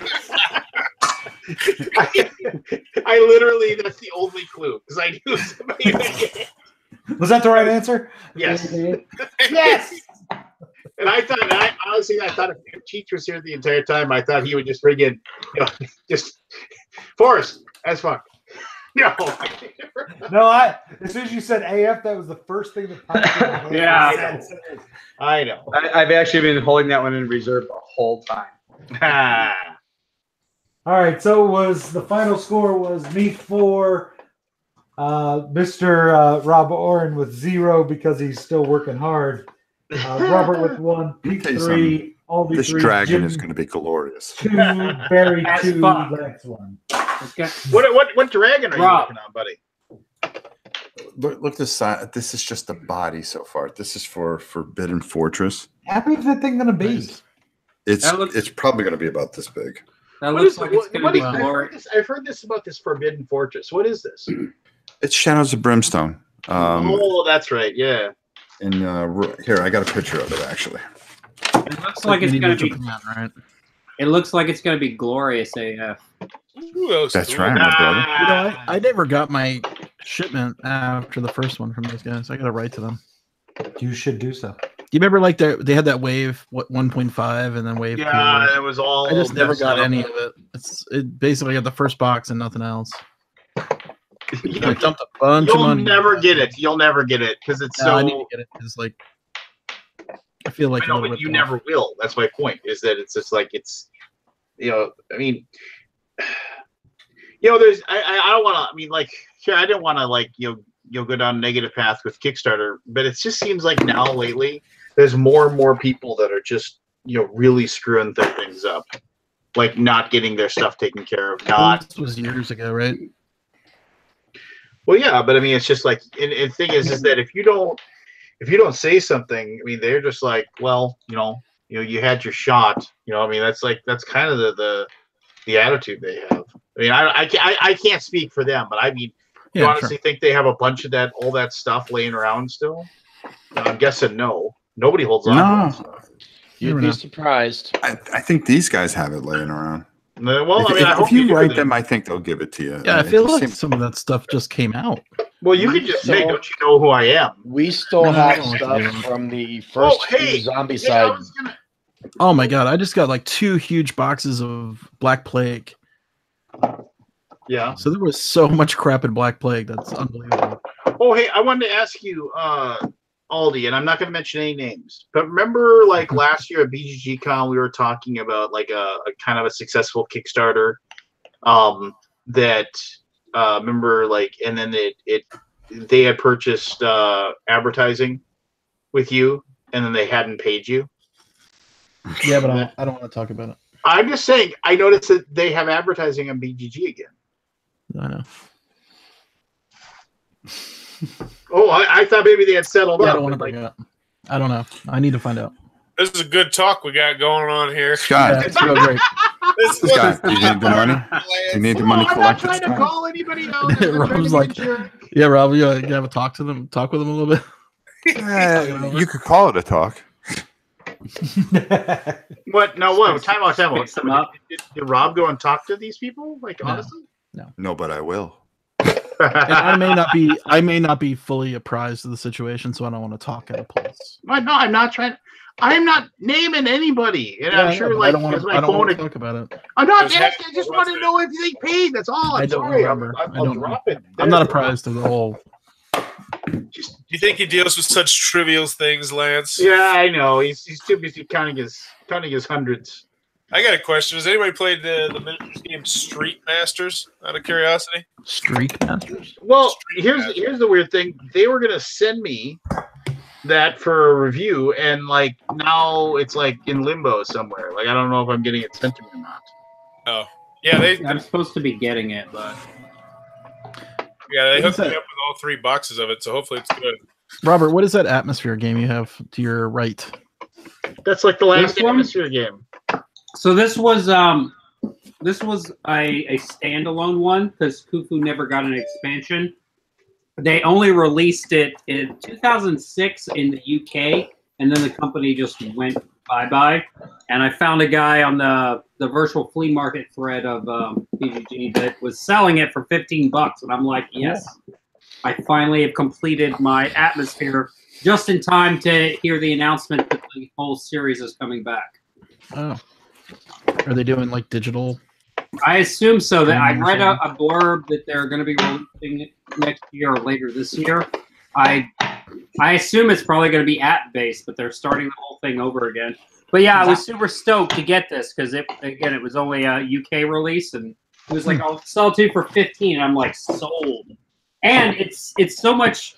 It's a standalone. You know, everything else is expansion. I opened it. It's actually got like plastic miniatures and stuff in it that are actually pretty cool. I can see if I can get it here. It's still an atmosphere game, though, right? Hey, look. Oh, nice. Yeah, it's got like candy. this, and I guess you like build the board out of these. The board. The board. That looks pretty cool. Yeah, actually, I'm pretty excited to play it. Actually, I just recently at Dice Tower Con I did a full game of the original Atmosphere with some people that never played it before, and that was a good time. They got to experience being called maggots, so you know. That'd be good. Look at me, maggot. Is anybody else going to the Alliance Trade Day? I will be there.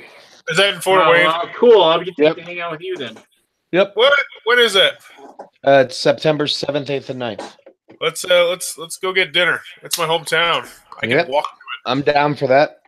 I don't even know what my convention stuff is going to be now with QML. I don't even know what do you do at Alliance Trade Day anyway. Basically, you'll have a small exhibitor booth for retailers to come up and look at your products. There'll be seminars. There'll be presentations. There'll be some meetings, and then a few dinners where you'll have to meet and greet and chat with retailers, sit at tables with them, talk about your games, etc. Oh, all right. Yeah, I got elected to go to that because nobody else could go. So I'm just It's actually, Lance, it's the most chill show you'll go to all year. The trade shows are always so much stress free. Your booth time is like you're literally the exhibit hall for it is like 4 or 5 hours one day. That's it. It's totally chill. It makes like Gen Con. Gen Con would be like the Super Bowl. This would be like the first preseason game for a minor league rugby team. Oh, all right. Well, cool. Then we can and where is it held again? Fort Wayne, Indiana. Yeah, it's in the convention center in Fort Wayne. Grand Wayne Center. I ain't getting dragged back to Indiana again anytime. So do you go to that then, or what? Yep, I go to all the trade shows that we have distribution partners with. Because Forrest, do you break in and check it out? I've never gone to it, but Travis told me I could volunteer for it, and it'd be a good place to rub elbows. I've just it's never synced up with my schedule before. Yeah, some of the publishers will bring volunteers in. Most of the time, it's just staff because there's one game night during the show where you'll do you'll have like a table with 2 people and you run demos for like 4 hours. Like again, it's all super chill and nothing really runs longer than 4 or 5 hours. Exhibit hall's 4 or 5 hours one night. Game night's 4 or 5 hours another night. The rest of it's just meetings and dinners and stuff. Oh, well, cool. Neat. Awesome. Hey, Barry. So that Dinosaur Tea Party is much better with kids, apparently. And and Keith. Apparently it's not designed for 30 and 40-year-old men. Well, I think it'd be really great for kids. Oh, yeah. I put it in my classroom. It's multiplayer Guess Who, so... Kids what's nuts for it. And actually, you're supposed to play 3 rounds until people get 3 sugar cubes. Right. Yeah, I know you're supposed to play multiple rounds, but I mean, it was a close call. If we hadn't played that, it would have been ruined for hot games. Yeah, because I was going to say it's probably unfair if everyone tried to guess one person's dinosaur, because then the odds are stacked against them. Really, it's just like game over pretty quickly.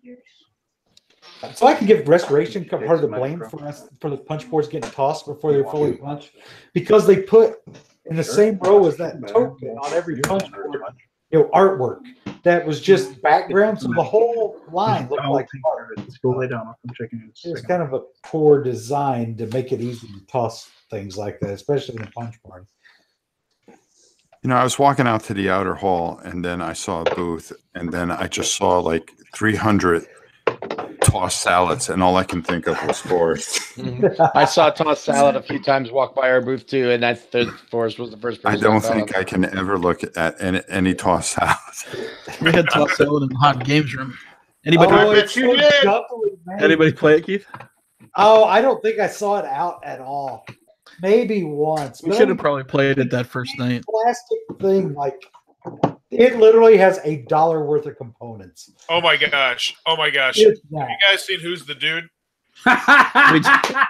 It is No. incredible. Forrest, let him finish, Robert. Let him finish. Yeah. I gotta go grab it. I'll be back. We so called it was a Cheech game, didn't you? I like that party game from USAopoly we played. Blank Slate was fun. Yeah, Blank really Slate cool. was fun. I liked it. No, Aldi, I told you I played it. The copy I played is the copy he's going to get. Oh, okay. Now. He was there when. I tell you, this is all his kind of game right here. He's gonna be all excited. I also liked Nope. Did you like Nope? No, it was horrible. I thought it was good. No, it was not. Let us learn very, very interesting stories from everybody. That was not a good, including you. That was not a good game.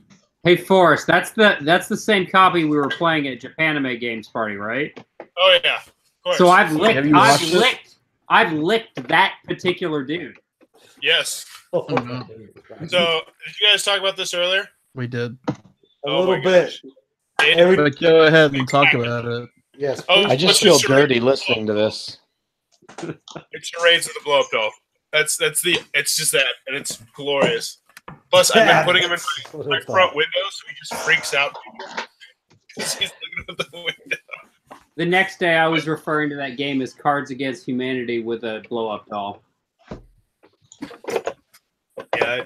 So give us an example. Give us an example. You got the cards? All right, let's see. Kiss him. Man, Kiss him. Not the lollipop. Yeah. Let's play this. Let's do this, Forrest. Dance for us. Get the camera going. Get the camera good. Get my guy. All right. I hope you sanitize that thing. Okay. Why am I getting scared? Because you should. All right. What is the dude doing? Let's see. All right, I gotta get myself up here. Oh my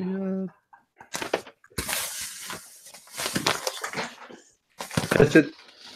Does it involve the letters AF? Scratching his knee? Did you say what is Scratching his foot.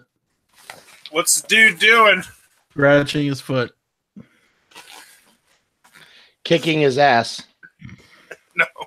This is hard. His arms aren't long enough. Wow, you need an adult. Oh God. Watch where you're having. Tying his shoes. He's shaving his Shaving his legs. legs. Shaving his legs. Foot fetish. He's doing something illegal in Indiana. Dude, do it, man. Looks like he's jerking off. knee. What? The Charleston. Waxing his legs. Jerking off. Shaving. That's the game. Putting on his socks. What was What he was up he to? doing? Oh, my sound went out. Oh, I can't hear anything.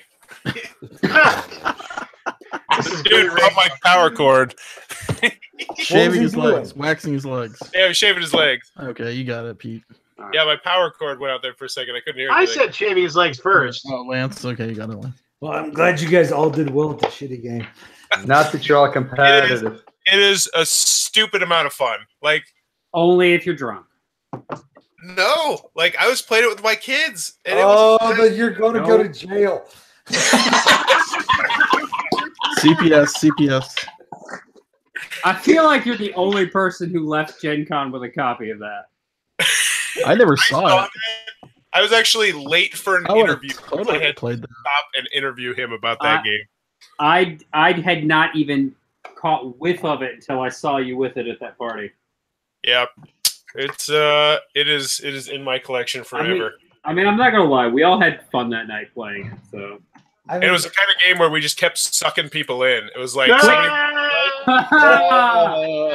So wait, Forrest, I did have a question because I assume there is some sort of scoring. What is the actual scoring?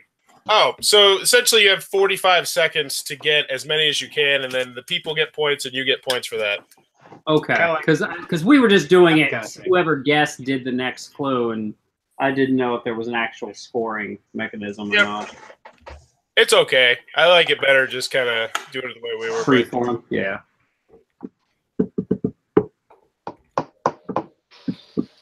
So, can I say, well, it's gone quiet. Pleasure to meet you all.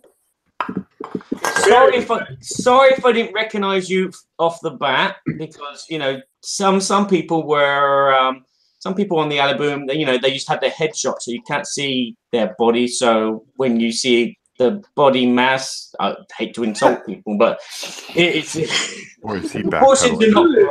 Fat bastard. Body mass, bloody mass. It's all before or after the accident. And some people don't put their cameras on, so the voices you recognise, and you're like, I can't remember his name. Anthony. So Yeah. that was tough. Anthony. I had trouble determining Anthony. I knew the voice, he knew me, and I was like, "Hey, buddy, how you doing?" I got to play a game with Barry or two, and that was awesome. So, What game did you play? Tell all. We played Gizmos. Mm-hmm. Yeah. And the Dinosaur Tea Party that we mentioned before. Oh yeah, Gizmos. That was really good. I like that one. Gizmos was a real good game. Gizmos is I've loved that since I saw that at CMON Expo. That is a great game. It's still my front runner for my game of the year so far. Wow, that's pretty high praise.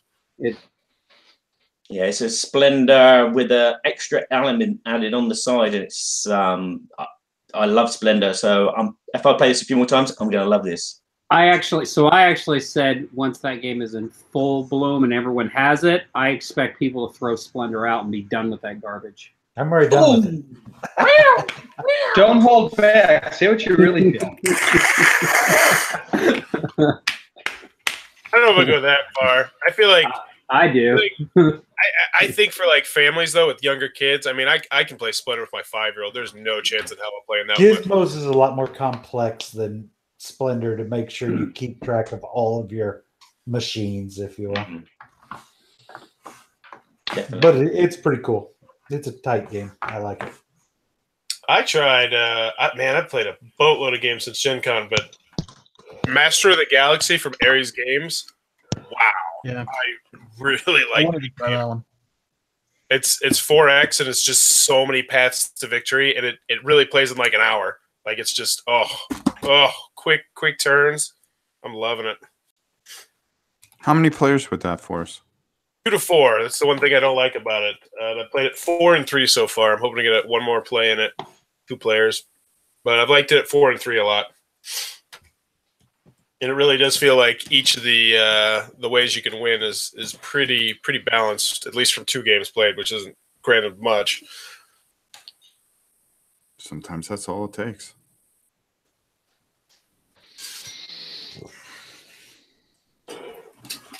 This here is a game that I found like last minute. I was about to get on the plane, and it's Dragon. Yeah, he was handing those out.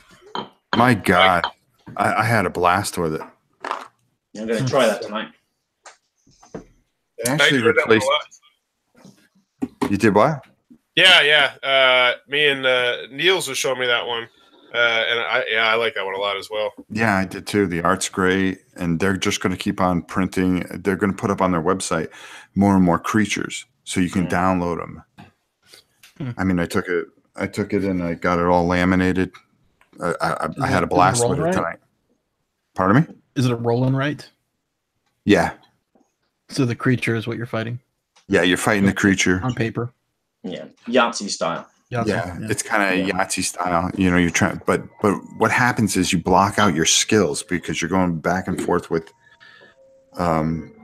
your party members, and you get 4 shots at trying to take this dragon out, and then the dragon gets a turn. And I died on the second dragon. With, it's not as easy as you think. Yeah, this is going to put Golden Egg back on the map, I think. Oh, Rob, sorry, I blanked out. You talking about the game you were doing in your live stream earlier today? Yeah. That looked really cool. That was not on my radar at all, and now I'm really interested in it. Well, I hope it does well. That way they can fulfill airlines. I don't think that's happening. It will. Elad, actually said I it. spoke to Elad and the playing. Good. He told me that The problem, though, that I see is that he's going to be using the money from this Kickstarter to fulfill a Kickstarter from 4 years ago, which means fulfilling this Kickstarter may now be a new issue, unless he overfunds so well that he basically takes no profit and just cleans the slate and starts over, which is probably what he needs to do. Because if he has another unfulfilled Kickstarter, no one will ever back anything from him again. Yeah. Even if it is like expansions for Age of Humanity, which he's got lined up later as well. So fingers crossed he can fulfill. He's a great designer. Unfortunately, shit happens. Shit rained down on him, poor guy. I like him a lot. I met him a couple times. I really like him, but yeah, that Kickstarter stuff's pretty shitty.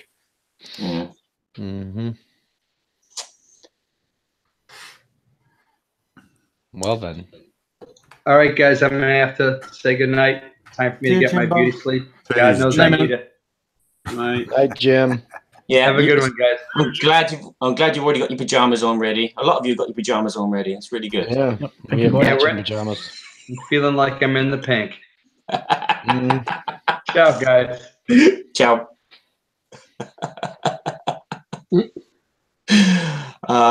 Dear.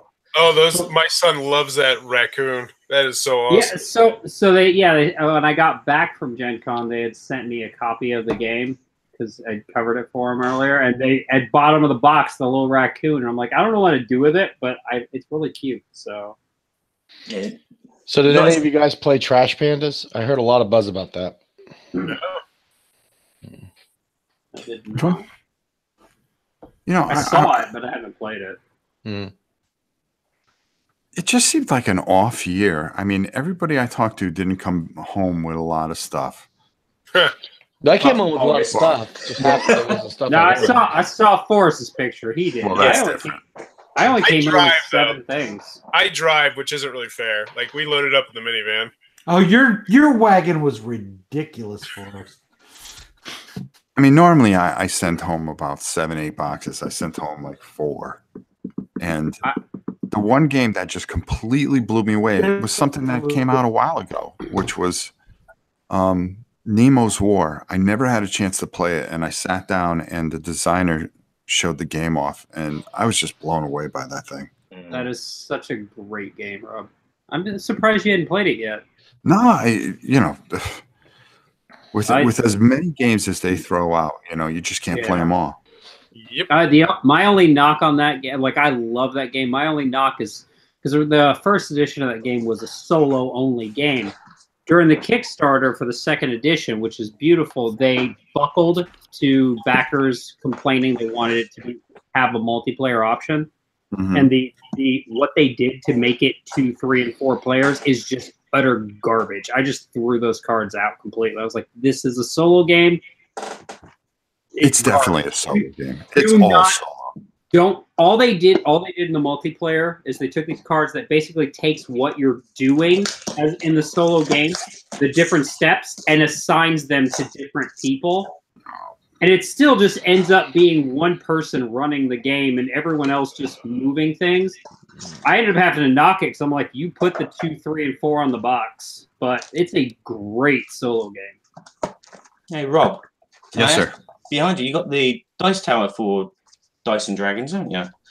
Yeah. I was going to ask, is it in the box? I've just opened up the box and it's not in the box. No, it was an extra. It was an extra. Okay.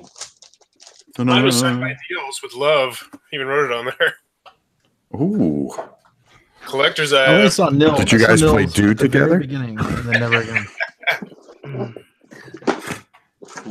You were. I think I came in on you guys giving Golden Egg a bad deal.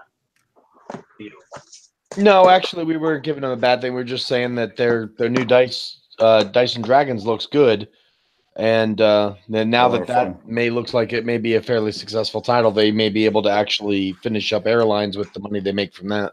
Oh, let's not get crazy. Yeah. Never know what the future holds, right? No.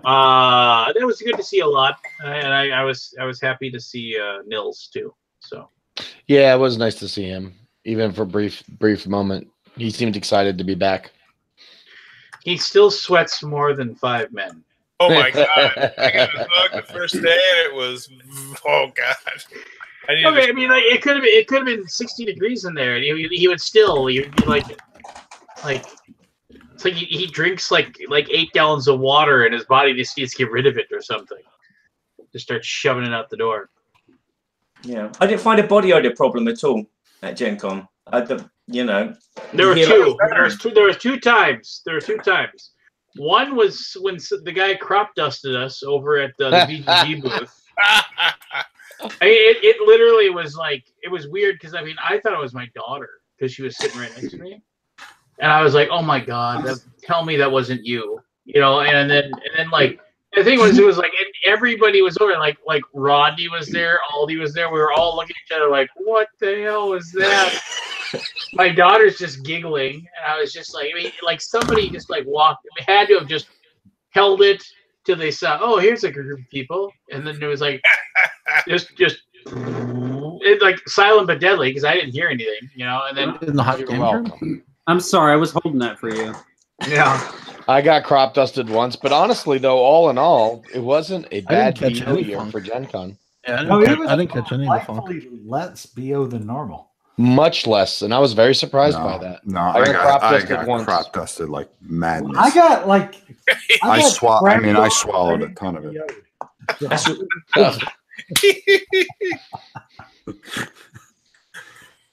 I mean, there was one guy like Ryan wanted to go check out like some vendor, like, you know, like they had like cool little like trinkets and stuff, and then there was and I'm just gonna say this. I'm not trying to say this to be mean in any way, shape, or form. I understand people, different walks of life, the whole 9 yards. You know, like, you know, walk a mile in their shoes and whatever.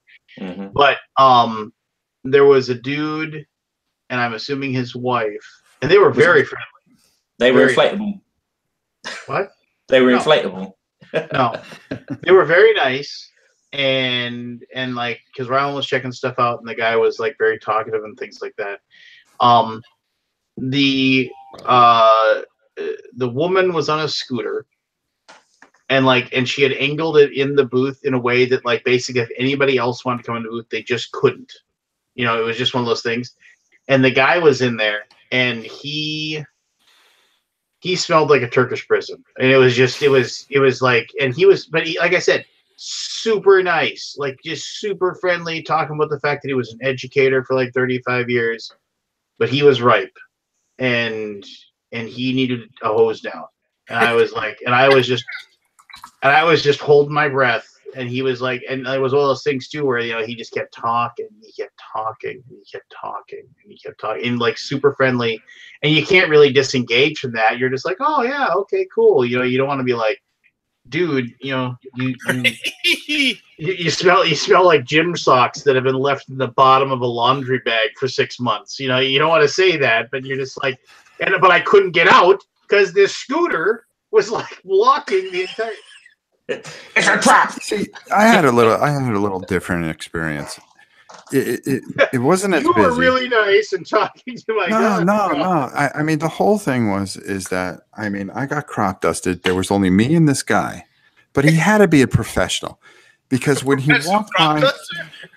walked by and he crop dusted me, he didn't even flinch or move. And even though there was only the two of us, I couldn't pin it on him, and it kind of bothered me. I mean, I wanted to pin it on him, but his moves were so raw that I couldn't pin it on him. Maybe it was a leg or anything. Maybe it was like a ventriloquist crop dust, and there was someone from like 20 feet away. I mean, there was no noise. He didn't break stride. His foot, he just kept going. I mean, I swallowed it. I mean, it was horrible. Good Lord. Why are you swallowing these? I mean, it was that good. What There's something wrong with you.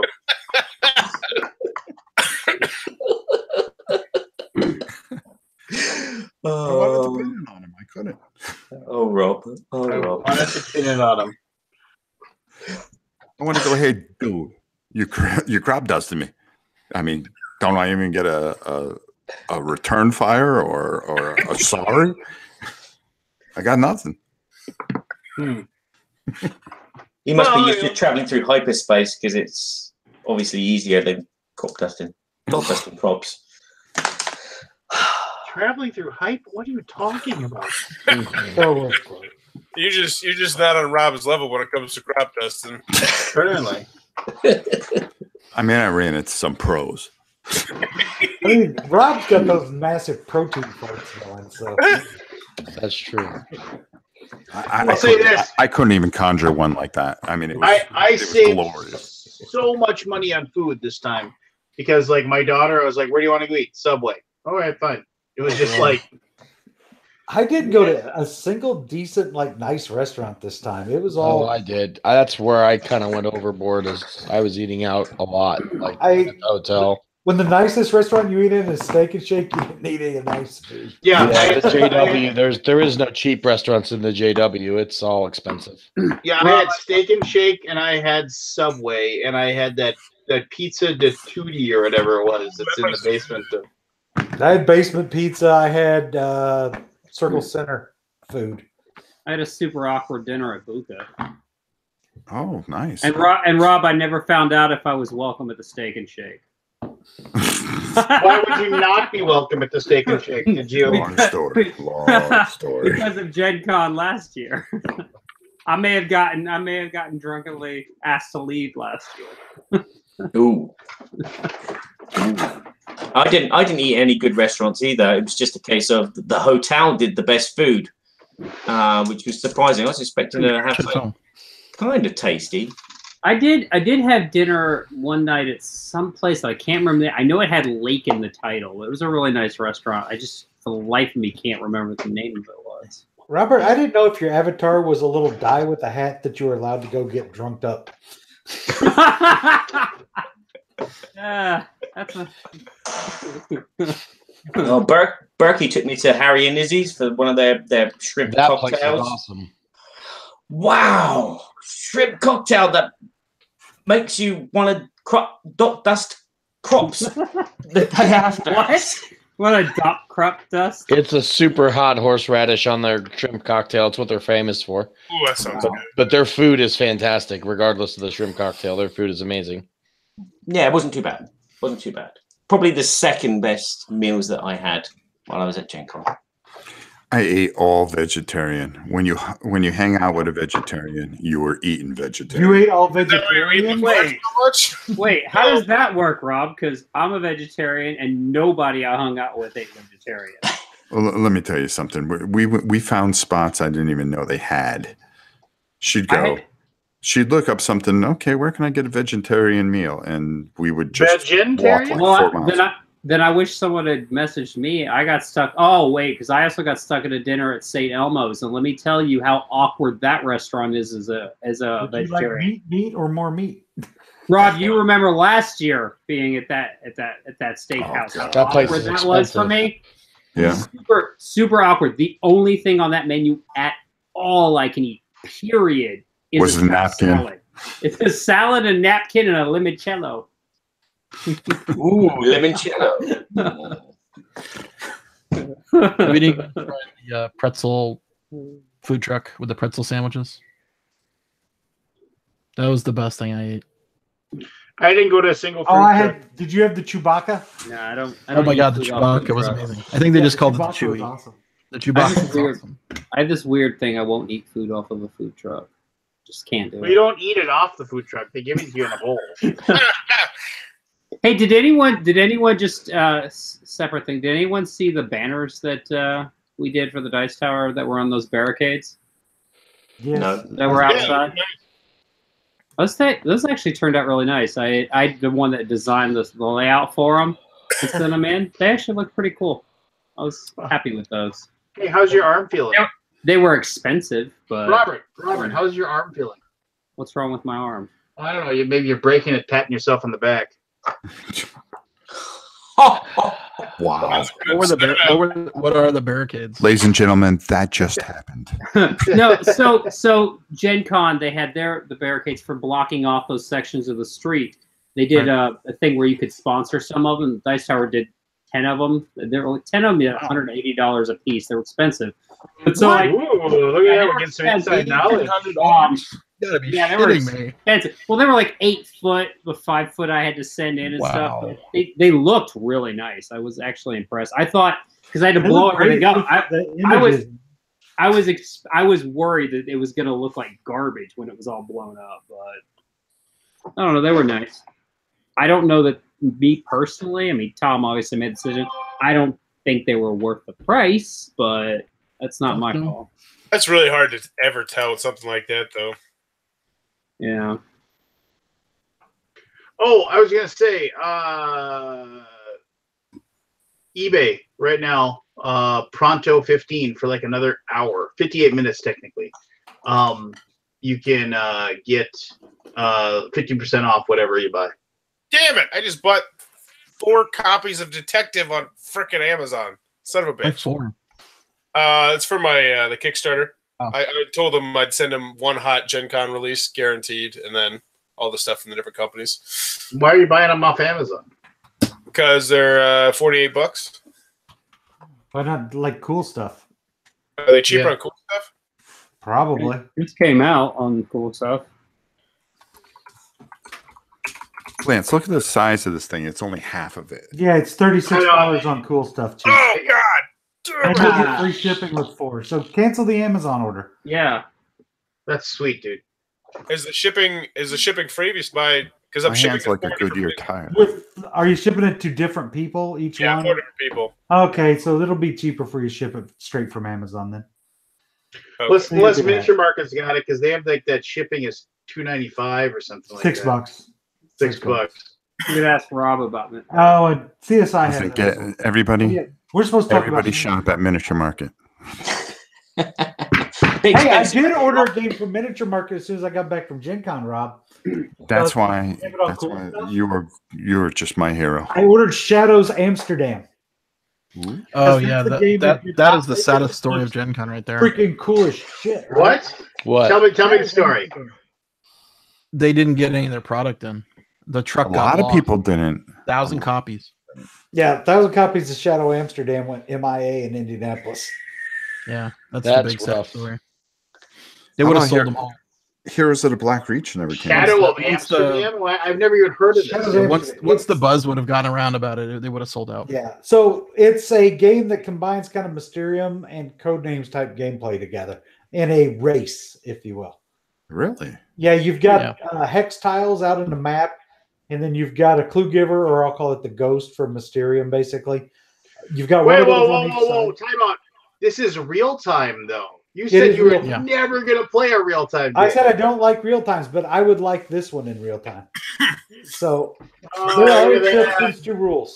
I can't trust you in anything anymore. There are exceptions to rules, and a Mysterium type game is an exception. But I don't even know you anymore. Yeah, you don't. But anyway, it's got a big map full of Dixit-looking pictures and hexes, and then each ghost has a map of if you land here, you lose a life basically, and you're trying to pick up 3 different clues and escape, and you're racing the other team. So it's a race game. Shadows of Amsterdam, the game that turned Keith into a liar. That's right. I like other things too, like the fact that I like you. So that's okay. I love you instead. How's that? Anyway, then you'll give clues like you do in Mysterium or like Mysterium to try to lead people to different locations on that map. Yeah, and isn't it like 2 different paths, right? Each side. Yeah, each team has their own separate path that they would be taking, which is randomized game to game. And like you can give 1 or 2 clues. So if you move 2 spaces and land on the correct clue, you're good. But say you move and if you ever end on the X's, then you're going to lose a life. And if you are the first one to lose 3 lives, you also lose the game instead of the other team winning. And you play like best of 3, something like that. It looks like a lot of fun. I totally want that one. And I did not see that until I heard somebody talking about it on Sunday, and I went and got a quick demo of it. And it's like, damn, if that had been here, I might have missed it if it was for sale. What company is it? It's Asmodee. Gotcha. And so it's going. I don't know when it's coming out in retail, but I ordered it as soon as I got home. I think it was an Essen release. Yeah, it could be. I mean, they were planning to release it at Gen Con, except for it's all missing, which sucks. So what was okay? So I don't want to dwell on the but what was the thing that Yellow got in late that was like like caused them to have to like rush all the stuff like on Thursday or Friday to their booth? I know it wasn't the Heroes of Blackreach because that never came in because I checked with them on Sunday and they said they only got 2 copies in and they were just for demo. So it wasn't that. I mean, they had Bunny Kingdom, but that's not new. I don't know what else they had that was. I bet it was the 8-bit game because I know that was the only thing they didn't have from Origins to Gen Con. That must be it. So it must have been 8-bit. Because they had Raids, they had the Cherry Blossom game, and they had the one we just Bunny Kingdom. Yeah, they all had that at Origins. Yeah, I actually wanted to see 8-bit, but I didn't get a chance to go over there. Heroes of Blackreach does a really good job of emulating the 40K, at least the world. Not so much the miniatures combat or anything, because that's pretty involved, but it does a pretty good job. Did you see Doomseeker? I did see that, and I was like, and that's old school. Yeah, that is old school. But I mean, I remember what was it? There was a game that came out on Kickstarter like 3 or 4 years ago. There was like it was something about like glorious death or something like that. And that was fun, and I was like, well, I already kind of own that game, you know, because that's what Doomseeker is. Dang it! Of course, I can't remember what it was to save my life, but it's no big deal. Speaking of Warhammer, the trading card game is really freaking good. Is it? Wow! Like I'm not a TCG. I just didn't even want to go near it. Yeah, I'm not a TCG guy, but it is fun. Like, I like it. It's really easy for deck building if you're into that sort of thing. Yeah, I like it too. That was really neat. I am not, but it was like I was talking to Brenner, and in my conversation with them, I was like this close. I almost went to the website and pre-ordered the $200 box, but I was like, nope, I'm not going to do it. I wish I had because they shut the link down. Now you can't get it anymore. Yeah, they were shutting it down on Sunday. But I was like, I came close. I came close like 2 or 3 times, and then I told myself, it's like, I hate CCGs. Why would I get this? Just because I like Warhammer? It's a good game, though. I'm not a big CCG guy either. I prefer LCG just for cost, but this one, it's just too good. I enjoyed it too much. It's just fun. It's got a good amount of strategy to it, but yet it's still very accessible. It's gonna do real well. And I'm probably gonna regret not getting that box. Sorry, is this Fantasy Flight? No, not Keyforge. Although I think Keyforge is going to be even bigger. But this is the Warhammer Champions. Oh yeah. Do you? Because I couldn't we messed around with Keyforge a little bit, and I couldn't figure out. I can't figure out what the target audience is. I'm going to call it now. Keyforge is going to change the marketplace. Keyforge is going to be huge because it's a sealed deck environment. There's none. It's doing things that no one else has done, and I think that it's going to really. I think it's going to take off. I think it's going to be the next big thing. So I liked it as a concept. You know, like the way they're generating the decks, and you can tell that it's programmers doing this. But I don't know. There was something about it just throwing me off, and I couldn't explain it. I mean, it seemed like a fine game. I just wasn't sure what the audience was for it. I'm in the same boat. I think it's a good game. I don't think it's a great game, like actual nuts and bolt gameplay wise. And the more I thought about it, the more I kind of agree with Pete, because as a tournament game, I think that'd be fun as hell. You drop down $10, play a round robin tournament. So I think it's either going to do really, really well, or it's just going to completely be like, people are like, oh, you can't deck build?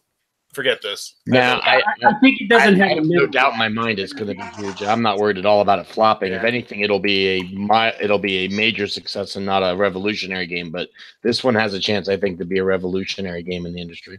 And I think he said we were talking to him. There's possibility of up to 350 unique decks. Mm-hmm. That was the number I think they threw out. And I mean, I said, I like it as a concept. I think it's a really novel idea, and I would like to maybe see other things. But I don't know. It's something about it just kind of, I just wasn't sure the audience on it. Kabuki Kid, the war game that I saw was Victory and Glory, Napoleon's War or something like that. That was probably the best war game that was there. And it's a shame because I talked to some wargaming companies that wish they can get into Gen Con, but I'm sorry, this is a total different conversation. That's fine. That's fine. Just, you know. Kabuki asked what was the best war game I saw at Gen Con. And it's a Napoleonic game that actually really looks good by a guy named Glenn Drover, who took a lot of heat for Galactic. Oh God, the game from Eagle Griffin. Yes. Oh, that game was good, and then the end was just like, what in the hell is this? Yeah. What game? But he came back with it. I think it's Victory and Glory. I don't know. It's in my death closet. I can look for it if you really want me to look for it. No, no. I thought he was talking about the war game. Where children go and disappear. No, that's where the games go. That I don't want. It's just like they go there, and I can't give them to kids because they're too advanced or too something. So it's called my death closet because I never sell anything because it's too damn hard to sell board games. You know, it's not that somebody asked GMT couldn't get into Gen Con. They don't want to go to Gen Con. Wargaming companies do not want to go to Gen Con. There's not. It's not their people, right? You know, yeah, they have a better chance at Historicon. True. Yeah. What's the one? There's one that Neo. Neo's the one. Oh, I got you. Hilarious. Did anyone in the room? Did anyone see a game based on Reanimator? This game and take a look at it at all? No. I walked by it and I saw it at a booth, but it was on my way to a meeting, and I took a picture to remind myself, and I never went back, and I just didn't know because that has me interested. But I hadn't heard anything of it and didn't know if anyone else had a chance to look at it. It looked cool, so. Let's do that. Yeah, I was like, whoa, a game based on Reanimator, I'm in. But yeah, I didn't get a chance to circle back around. I'll have to find it somewhere else. Nope, I did not see that thing that you're referencing. I'm gonna throw it back up since they. Pardon me. I'm trying to think. Like the other thing that I saw that intrigued me. I'm trying to remember. Hewn or Hewns. Did you guys see the miniatures of that game? Hewns? Hewn, H-E-W. It's just a couple guys from South Africa. Hopefully we're going to work together, and I'm going to do we're going to work on a video together. But it was like just the craziest looking miniatures ever. If you go to hewns.com, HEWNS.com, like all the things like had little compartments that you could open up and you could put the stuff in. It's like the idea is that there's this planet and all these alien races are trying to mine it for all of its resources, but the planet itself is like really volatile. And also you're fighting the other players. And so there's all these little compartments and all these things that you can put the gems or the stuff in. And I was just blown away by the miniatures. I mean, it looks like it's going to make $1 gajillion the moment it goes on Kickstarter. Is that the one that has the black and green color scale, or is that something else? Maybe, I don't know. You could do it. Somebody could just go to that website and look at it, and they'd see it. But yeah, it looked really, really cool. My computer can't handle that. I'm chugging with 5 tabs open in this. Oh, God. stop watching adult entertainment. I'm trying to upload videos and do Kickstarter stuff, and it's taking a minute to load every page. Well, there's that then. But I don't know. I mean, did anybody? What was the surprise of the convention, or the diamond in the rough? Like I was like, when I was expecting Monster Crunch.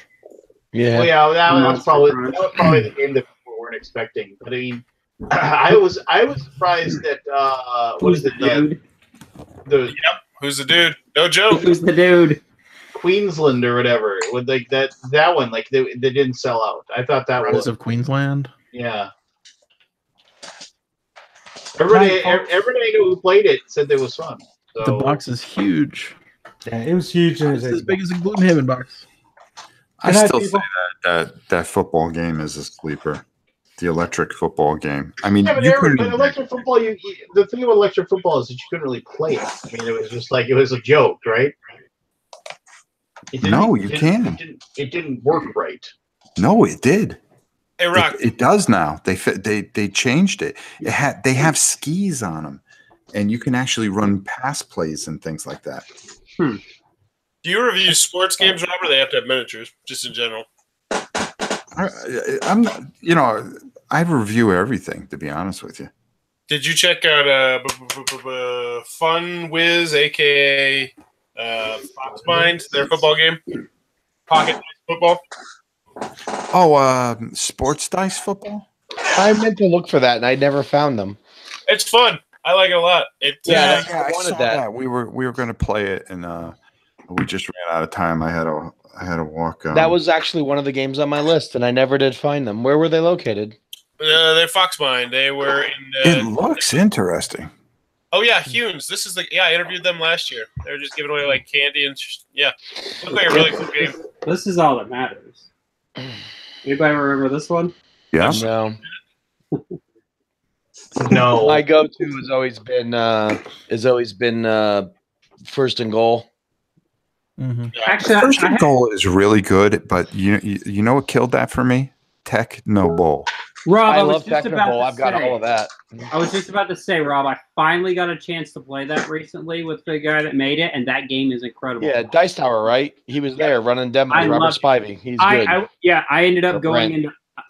He hadn't lost. I went into overtime with him, and I had the game in the bag, and I just went for it and lost. And I was like, "This is an incredible game." It is. It's really good. Love that game. I got all the better game obviously was Blood Bowl, but I love Blood Bowl. Is my all-time favorite, but I mean, there was. If you're talking about just American type football, right? Okay, so I love me some Blood Bowl. The best ever one, honestly, and this is something I played this before I was ever a nerd. So if you before I was the bigger nerd. But anyway, and it's in BGG, and the thing is I think they only did one, maybe 2 seasons worth of stats, so it was based on actual players, but it was called Pro Football Phantasm. And if you want a BGG, you can look it up, but.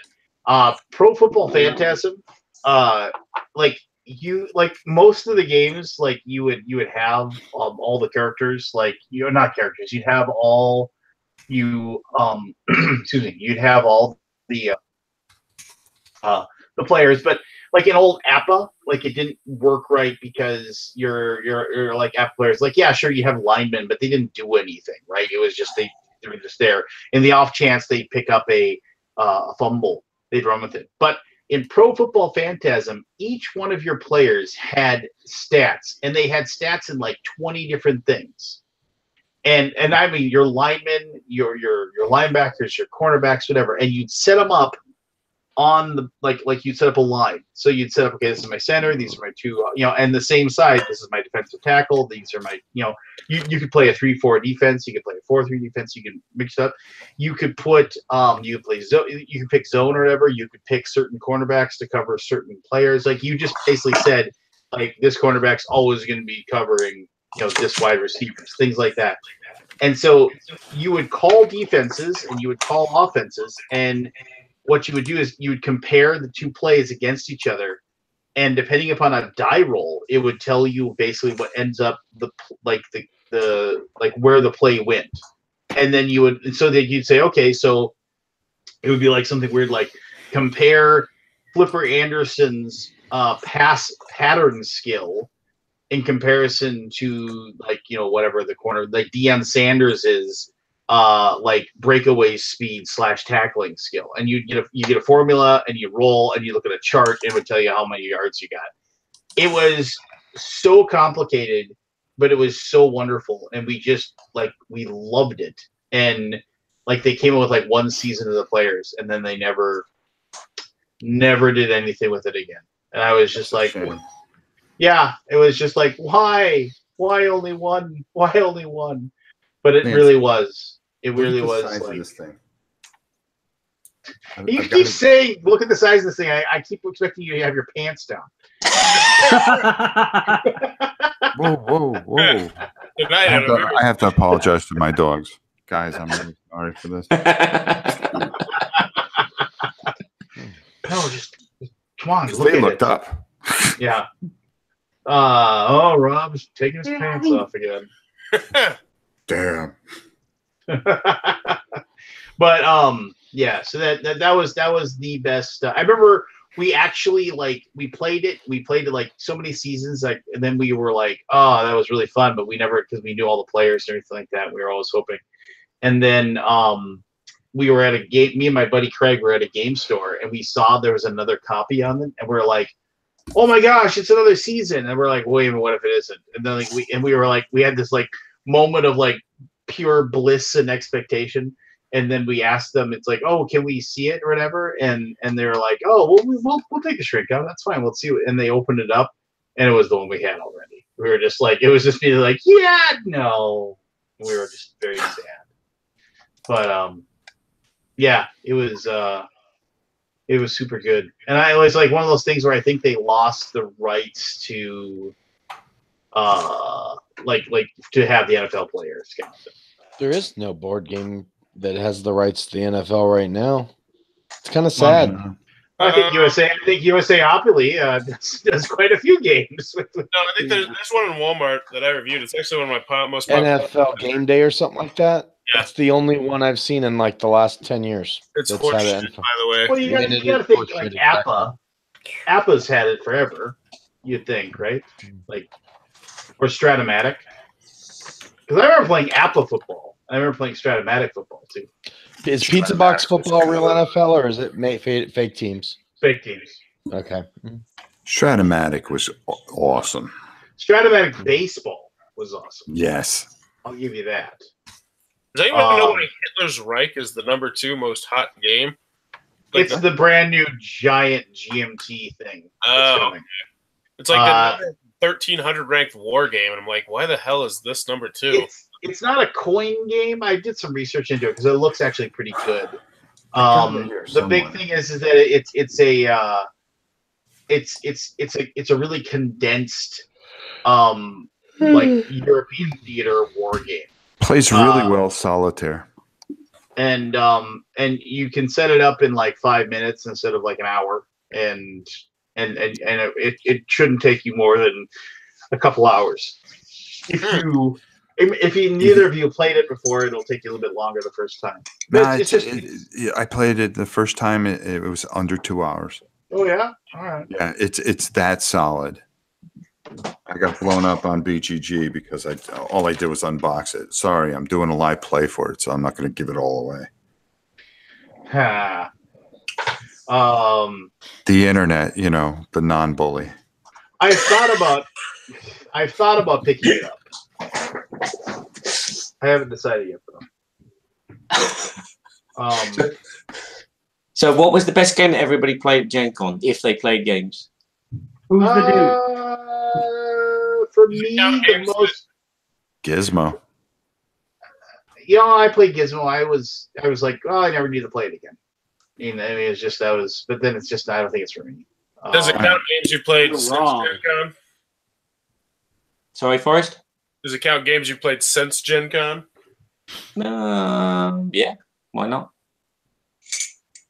You know a game I didn't like and everybody's like all fluffed up about it? is Forbidden Island or whatever the heck it is. Sky- Fireball. Sky. Oh, fire. Fireball Island. Oh, I. I'm looking at forbidden everything here. I should be forbidden to talk. How dare you? I liked it, but it was the kind of game where I could see myself getting it with my family, playing with my kids, and then keeping it and playing with my kids 15, 20, 25 years from now. Like that's how I looked at that game, as the kind of game that I am absolutely going to keep because I could see bringing it out on Christmas every year, playing with the grandkids, that sort of thing. Yeah. For me, it was I could play it once, melt it down, and make a llama out of it, and I would be quite satisfied. Is this before or after eating buckets? I'm so confused.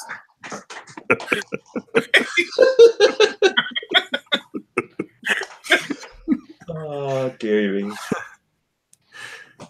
I liked Showtile, Monster Crunch, Showtile. Who's that by? Pantone, Jellybean. Aldi, what Pantone? Oh, I'm Showtime. glad I got two of those three. The problem is with Pantone, I'm already done. Like I played all the cards. Yeah, I was gonna say the same thing. It's like it's okay. Played it like so 4 times. It's like okay, well now it's done. now I don't have any more cards. Is there really not that many cards in the game? There's really not very many. So then the next Needs 5 like expansions are 3, just 4, or 5 more more cards. times as many cards.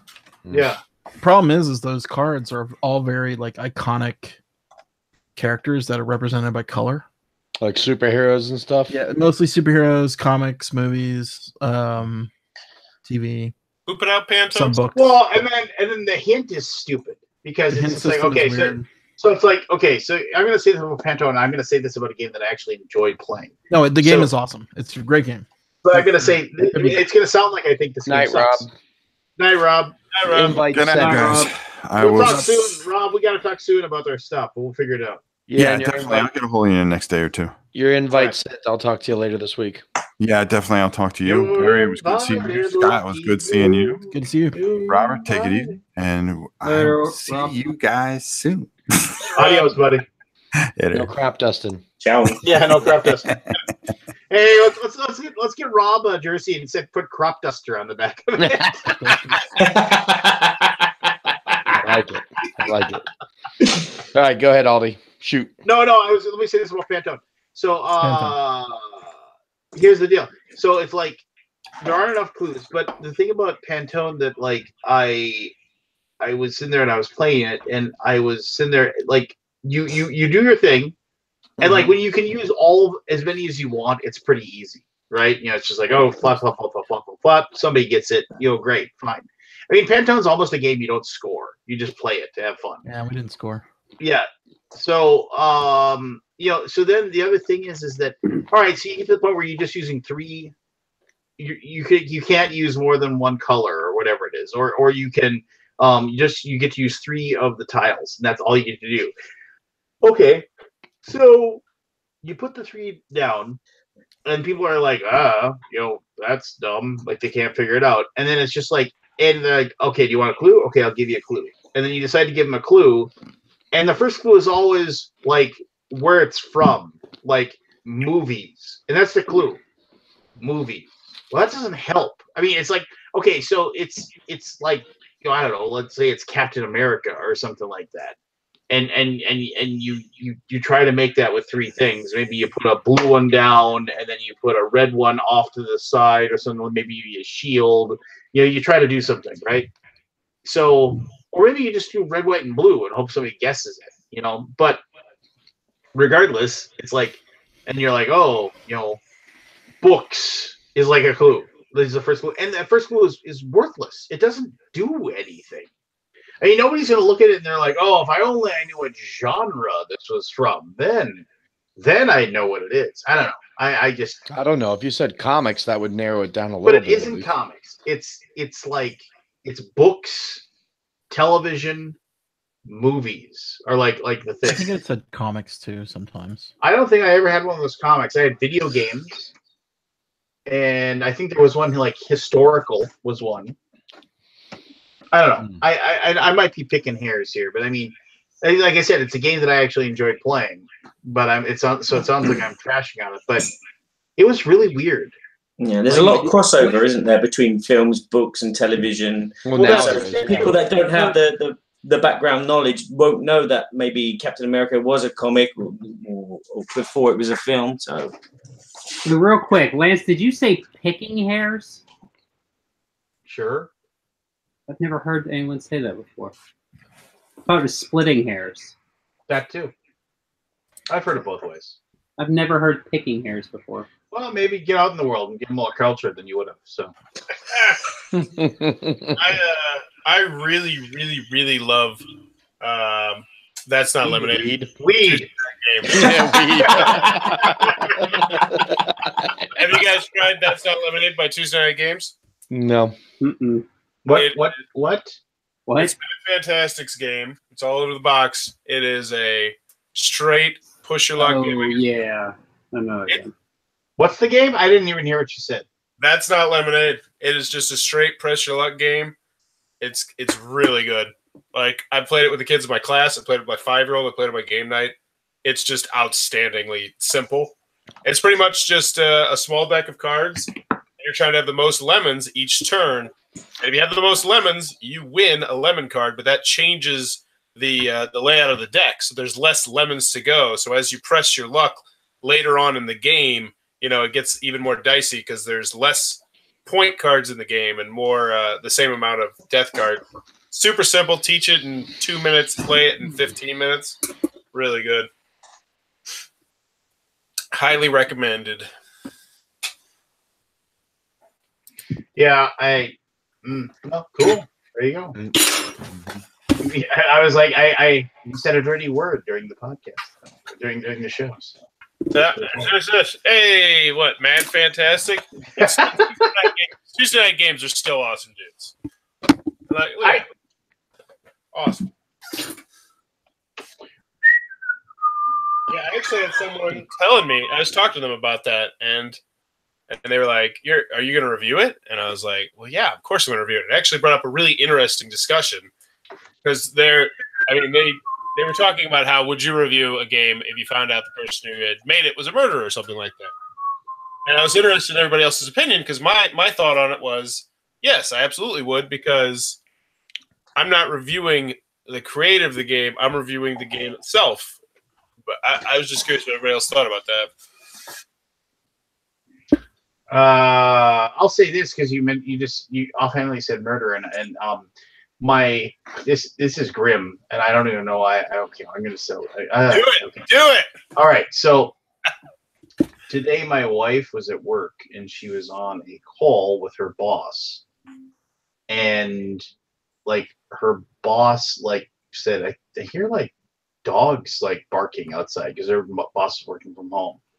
And then she's like, somebody's like banging on my door and yelling, like she's just at her house, right? And then she was just like, I think I hear somebody like screaming next door. She's like, I'm gonna go. I think I'm gonna call the cops. And so my wife is like texting her, Are you okay? Are you okay? Turns out that her next door neighbor, there was a woman 23 years old living there with her grandmother with her baby, and she was estranged from her ex-boyfriend who was the father of the child, and he showed up at the house and broke into the house, held both her and her grandmother at gunpoint, and told them to come out and get in his car, and they were leaving, and the grandmother ran next door, and that was who was banging on the door. And then in the meantime, the 23-year-old woman got out of her car and ran away, and the guy caught up to her, threw her down to the ground with a hair, and shot her in the head like 5 times. Yeesh. And then ran off into the forest and then killed himself. What? And they say the gun problem over there is not that bad. I mean, while I was there, while I was in the States, we'd watching the news, CNN, and there was like 4 gun-related crimes reported in 1 week in Indianapolis area. Well, I'm sure. Oh, it's even worse than like Chicago, Barry. Like those numbers, why they're so big, it's not mass shootings. It's Washington, D.C., Detroit, way worse. It's just a typical weekend in those kind of places. You used to have 10, 12. Well, what was I just read an article? There was like over a week in Chicago, there was something like 122 gun deaths or something like that. It was just. It's scary. Coming from a country where there's none of that. Maybe 2 a year. Yeah, I don't want to get overly political here, but I mean, I'll say this, Barry. So here's the deal, Barry. The thing is that we have so many people in this country, and so many of them own weapons, and I understand that like you have, and I'm not saying one way or the other or what, and I don't have the answers, but I do think that it is sensationalist, and I do think that like. Nobody ever reports on the millions of people that own guns that never ever use them and to commit a crime, and use them responsibly, and never do anything evil or horrible with them. Now, I don't know. I don't have the answers, but I do also think that it is one of those situations where it's. Let's just say from an outsider, it was scary seeing that on the news and thinking, shit, I'm in the middle of all this. That happened like 16 blocks away, but as Keith has said, and I've said too, I used to go to school, and guys I went to school with had hunting rifles in the gun racks of their pickups. Well, we're going to talk about it tonight, though, so let's just wait for the next school shooting, probably about another week or two, and then we can bring it up. Well, no, school's been out of session, so. Well, yeah, but it's starting back up. I mean, so we're due. As unfortunate as that is to joke about, it's not a joke anymore. It's probably within the next month or two. It's going to be thoughts and prayers, and everybody's pissed off and screaming, and then it'll be gone. It's the part that probably drives me the craziest is the fact that like they have people that are like that swear something has to be done. Okay, well. Why aren't you still screaming about it every single day then? Well, no, I can't. Well, then I don't know. I don't have the answers. I'm dumb. I don't know what's going on. No, I'm not expecting answers. I'm just, that's how I feel. I switched the telly on the first morning. There was a road rage which turned into a gunfight. I was like, oh my god. I can honestly tell you, nobody. I mean, there are people I know that talk about like, oh, it's like I've heard friends of mine say, oh, I drop my kids off at school, and I just wonder, what if somebody, decides to attack the school with a gun or something like that. And I'm not saying that they're dumb for thinking that, but I mean, it's like you have a better chance of much more horrific things like happening that have nothing to do with that. And nobody ever gets scared about them. It's just it is, and it sucks, right? I mean, I don't even know. I don't. We've discussed this before. Yeah, it's like an STD. You're worried about guns, and all of a sudden you catch an STD. There you go. I think you might be using the gun wrong, Barry.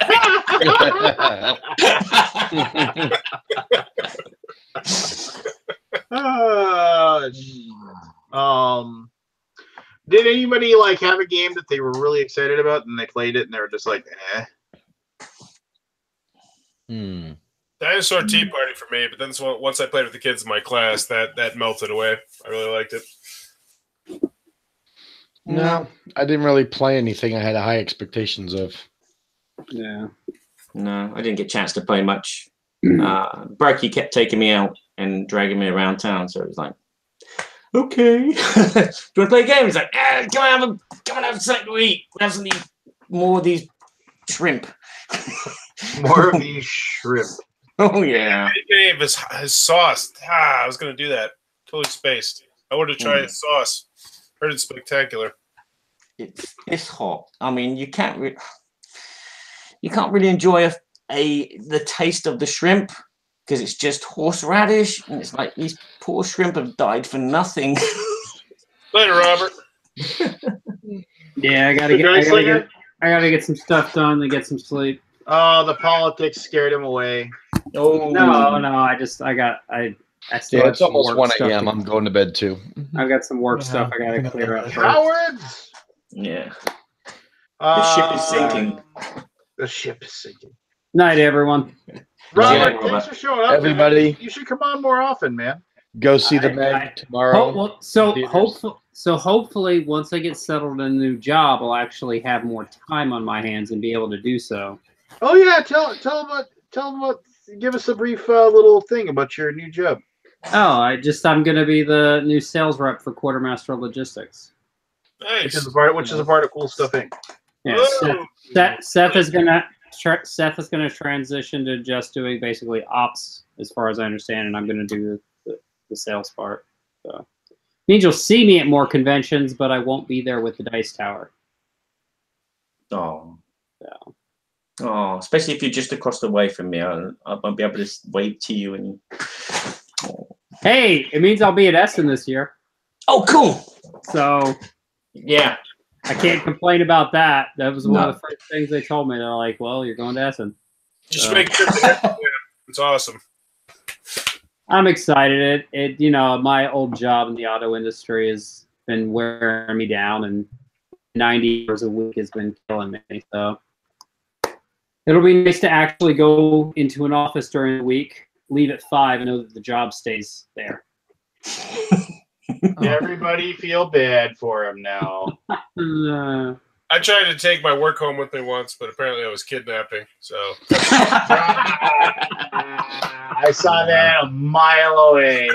Yeah. Wow. All right, I need to go. All right, brother. All right. Yeah, I suppose. All right. Taking out 2 guys. Yep, I'm out too. Go Oh, see geez, everybody's like, oh, look at the time. Take it it sucks. in a theater near you soon. My movie pass card is working. I'll see it this weekend. Go see it. Yeah, that thing's dead now, right? No, Yeah. it's not dead, but it's pretty much dead. What's the new rule? You can only go if you're like the first person to get there in the morning, and hop on one leg, and then there's still money in the thing. The new rules. Something like that. What a disaster that whole thing is. Service changes like every other day. Well, it's not.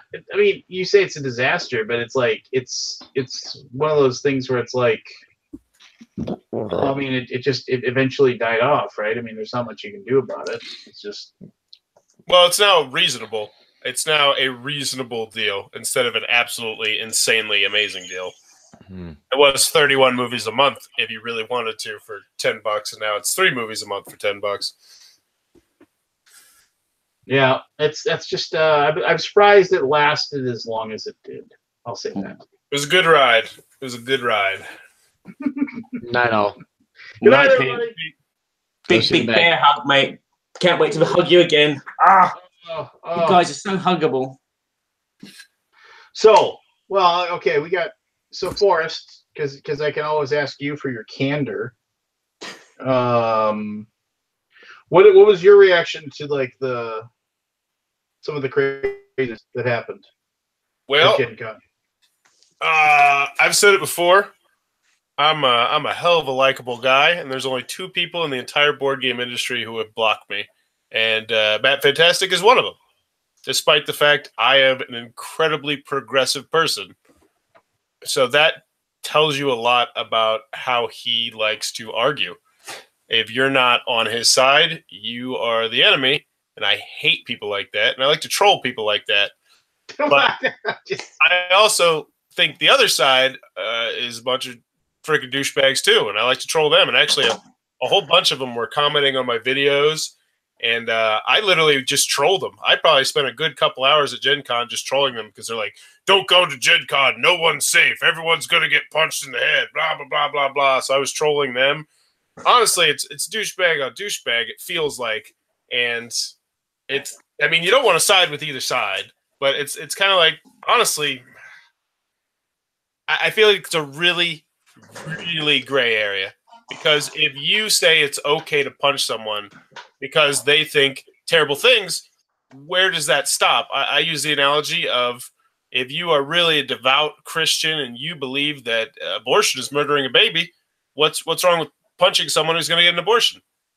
Like, what's the difference there? You legitimately believe that they are murdering a small child. Why can't you punch them? I mean, it's just it's such a gray area. But in the end, yeah, I feel like he should go to jail. I mean, you just can't. Well, if he did it, first of all. Yes, if he did it. Yes, allegedly. This is all allegedly. If there were actually witnesses, I mean, yes, that is yes. I've been very good at saying allegedly every single time I brought this up on my channel or mentioned it. And yeah, if it's all true that it was just an unprompted punch, then yeah, he should go to jail. It's just as simple as that.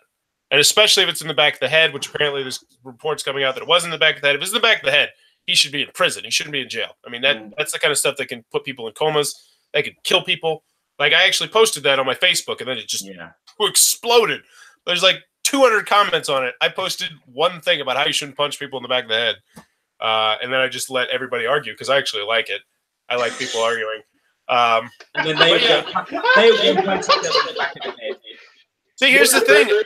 I don't like I know a lot of people just shut down the thread, but I'm like, no, go for it. I love arguing. I love this sort of thing. I feel like everyone should be verbally sparring. I think it's a great thing as long as you can handle it. And Matt Fantastic couldn't handle it. He's not a big boy. He can't handle words he doesn't like. And even though he punched a douchebag, you still can't punch people just for being douchebags, in my opinion. I agree. Okay, so my thing is, so why am I getting all this feedback now? Yeah, so I'm just gonna say this, and it's just the way I feel. I got extremely conflicted in how I felt on this, and I wasn't gonna say anything, but I think some of the other people are gone, and that might have questioned this. So this is my thoughts. So I heard that it happened from somebody who I don't really trust, as far as like when somebody, hey, did this happen? I was like, oh, really? I'm not going to buy this. So, and then I kind of tried to look into it a little bit, and then like it turns out that like it sounds like it, it was one of those things where it's like enough people are talking about it. It's okay. It sounds like at the very least somebody's claiming that it happened. And so then I thought about it, and then I'm not going to say who, and there's going to be a lot of things I'm going to say here that I'm going to say this person must speak somebody else's words that they've said to me, because I don't know if they're comfortable with them saying. But somebody once said to me, with great power comes great responsibility. No, he said that they said that Matt Loader would be like the one person that when they're saying, hey, I'm going to go punch Nazis,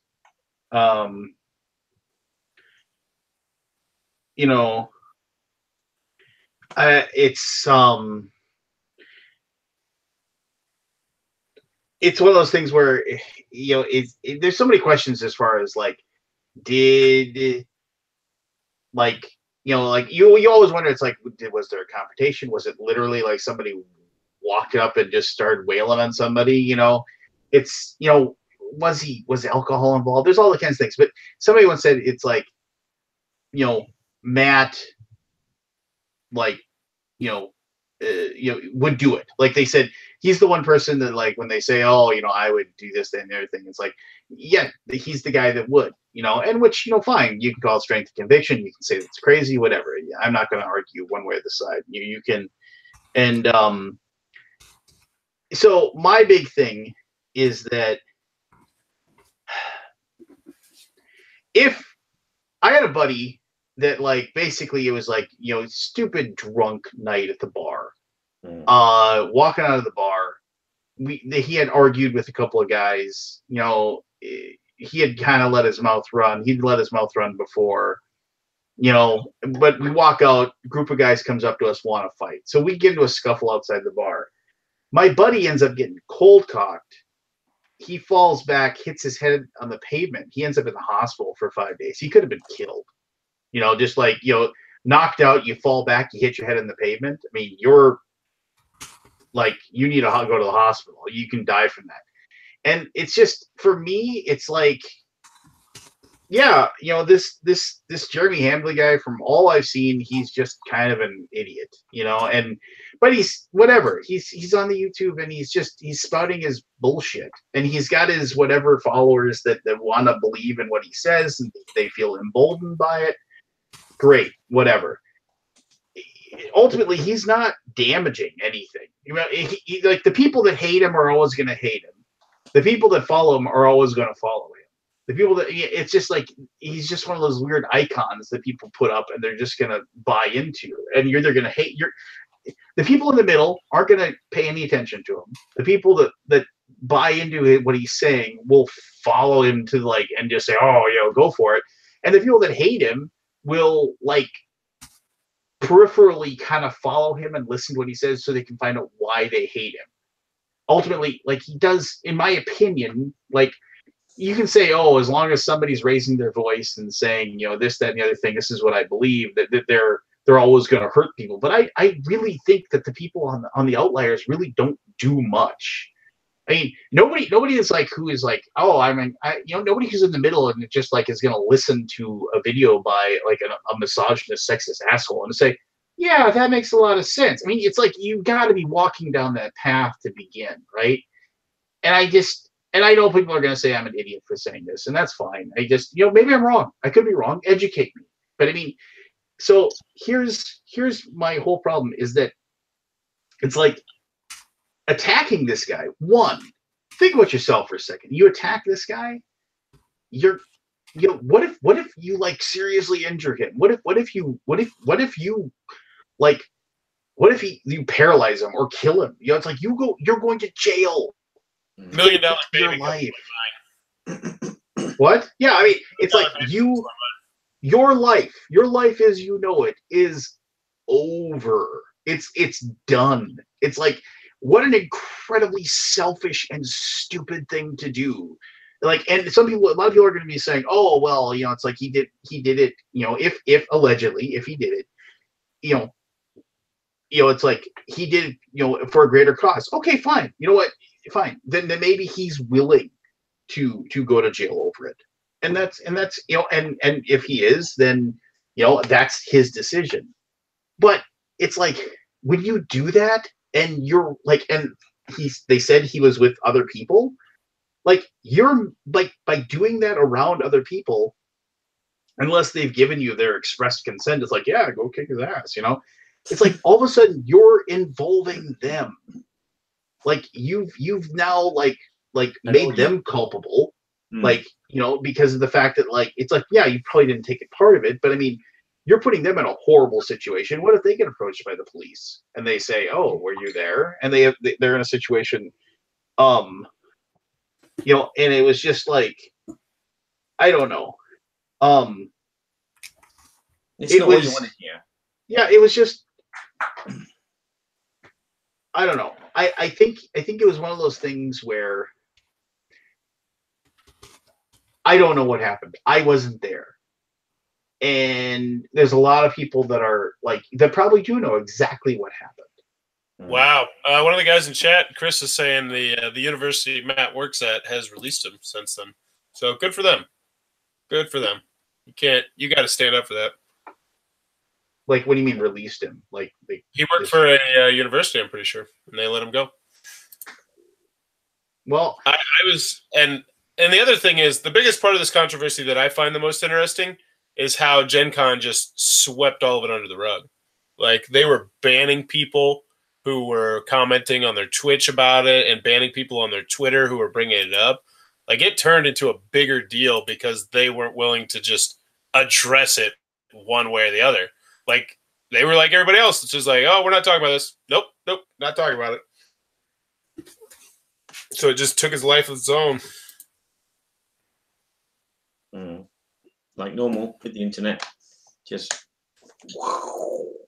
I don't know. I mean, and this person just mentioned that in the chat. It's like, who knows if that's even true? I'm not saying, hey, thank you very much for the information, but who knows if it's even true? There's so much like bullshit like rolling around, right? Like nobody knows what happened except for like people that were actually there and actually witnessed it, and those are the only people that do. And I mean, it all seems really legit. Like, there's a video where he's just walking outside the bar, and there's a police report. Like, and the fact that Matt hasn't come out and said this is not what happened. Like, if that was me, I'd be like, oh no. I talked to a lawyer and I'd say, no, this did not happen. Like, generally silence is, I mean, it's pretty damning in this situation. I'm not. I mean, I don't know. I mean, because like I said, I wasn't there, and even if somebody approaches me and says, "Hey, you know, this is what happened. You know, I witnessed this and anything," well, then you know, I got to believe what they say as well. I'm not saying that again. They aren't necessarily lying to me either. If somebody were to approach me and say that, it's just such a. I mean, I know Matt. I mean, I don't consider him like a super great friend, but when I've seen him and I've hung out with him, you know, he's been really fun to hang out with. You know, like one of the things that always happens, it seems like the Green Bay Packers and the Minnesota Vikings play each other the Sunday of BGGCon. And he and I, because he's a Packers fan and I'm a Vikings fan, he and I end up, and a couple times have ended up at the bar at the hotel having drinks and, you know, watching the game together and razzing each other about our teams, you know. And it's just like I've always felt the guy was a little, you know, he always, like I said, he always just seemed like a nice guy to me. And I don't know. I think it was just a bad decision. It just, you know, and I also I'm kind of a pacifist. I mean, hey, you come after my family, you know, something's gonna happen. But I mean, it's like for the most part, I'm the person I want to talk people down. I want to be like, you know, and that incident with my buddy, that was what really changed my mind. I mean, it was like one of those things where it's like, you know, I would feel, you know, like, oh, you know, we need to, like, we can go and, you know, handle this or whatever. You know, it's one of those things where it's like,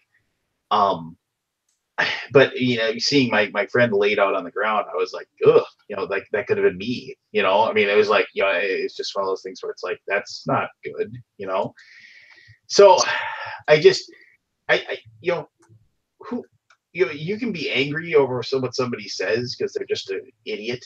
But I mean, it's just like, what if like, I mean, you end up ruining your life because you decide you're going to go and I'm going to tell that idiot, I'm not going to go up to him and say, hey, I disagree with what you say. No, I'm going to go up and I'm going to, like, you know, ruin my life, you know, because I'm going to go and attack this guy. It's the ultimate crossroads. It like I said, maybe I don't know anything. You know, it's, you know, it's quite possible I don't know crap. And yeah, you don't know if this information is secondhand, fifth hand. Well, that's just it. Everybody had a story, right? Yeah. Everybody had a plan. Everybody had a theory. Everybody knew what happened, right? Except for nobody knew what happened. Yeah.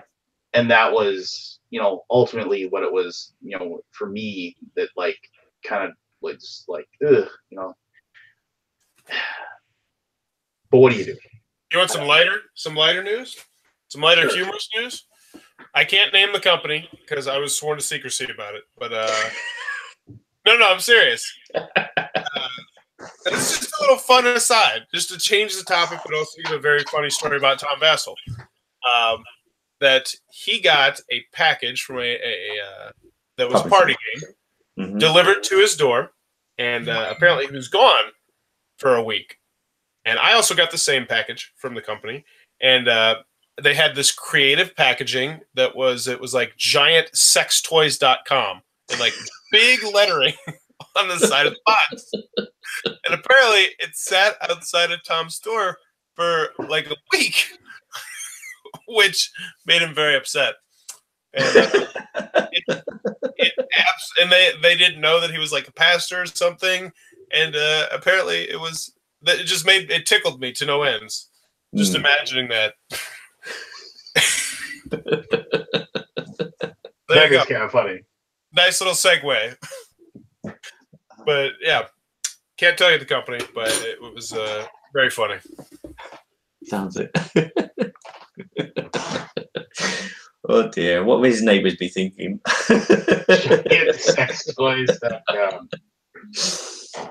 Wow. That is a wow.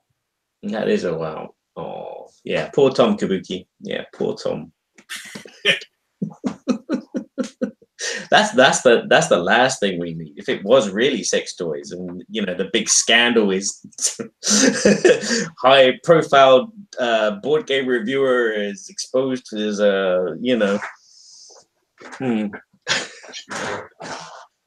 But anyway. Yeah, there you go. No, I honestly, I hope Matt's okay. I hope that. I mean, it sucks if he lost his job. I hope it doesn't happen again. See, and I honestly don't. Like, that's bad, but I don't. There has to be consequences for that. There really does, and it needs to send a message to both sides. You can't just punch people. Period. I don't care who you are. You can't do it. I don't care how nice you are. I don't care if you're doing it for all the right reasons. You can't punch people. I don't know.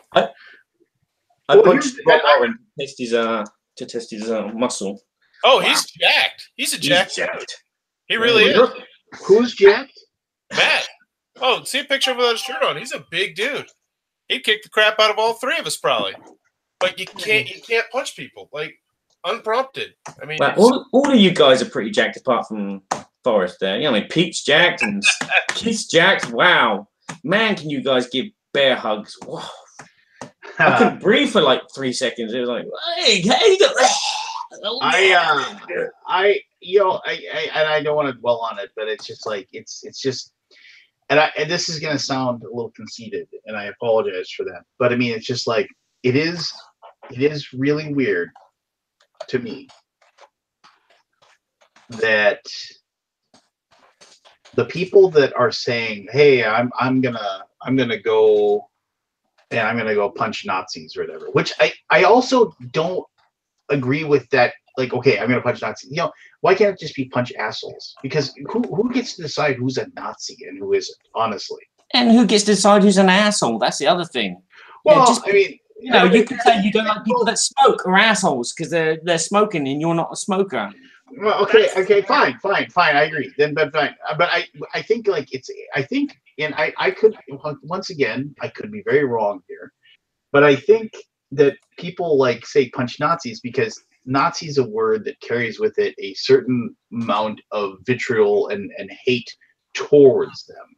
Yeah, so you can't support Nazis. If you can somehow put somebody and make them seen as a Nazi, then you're not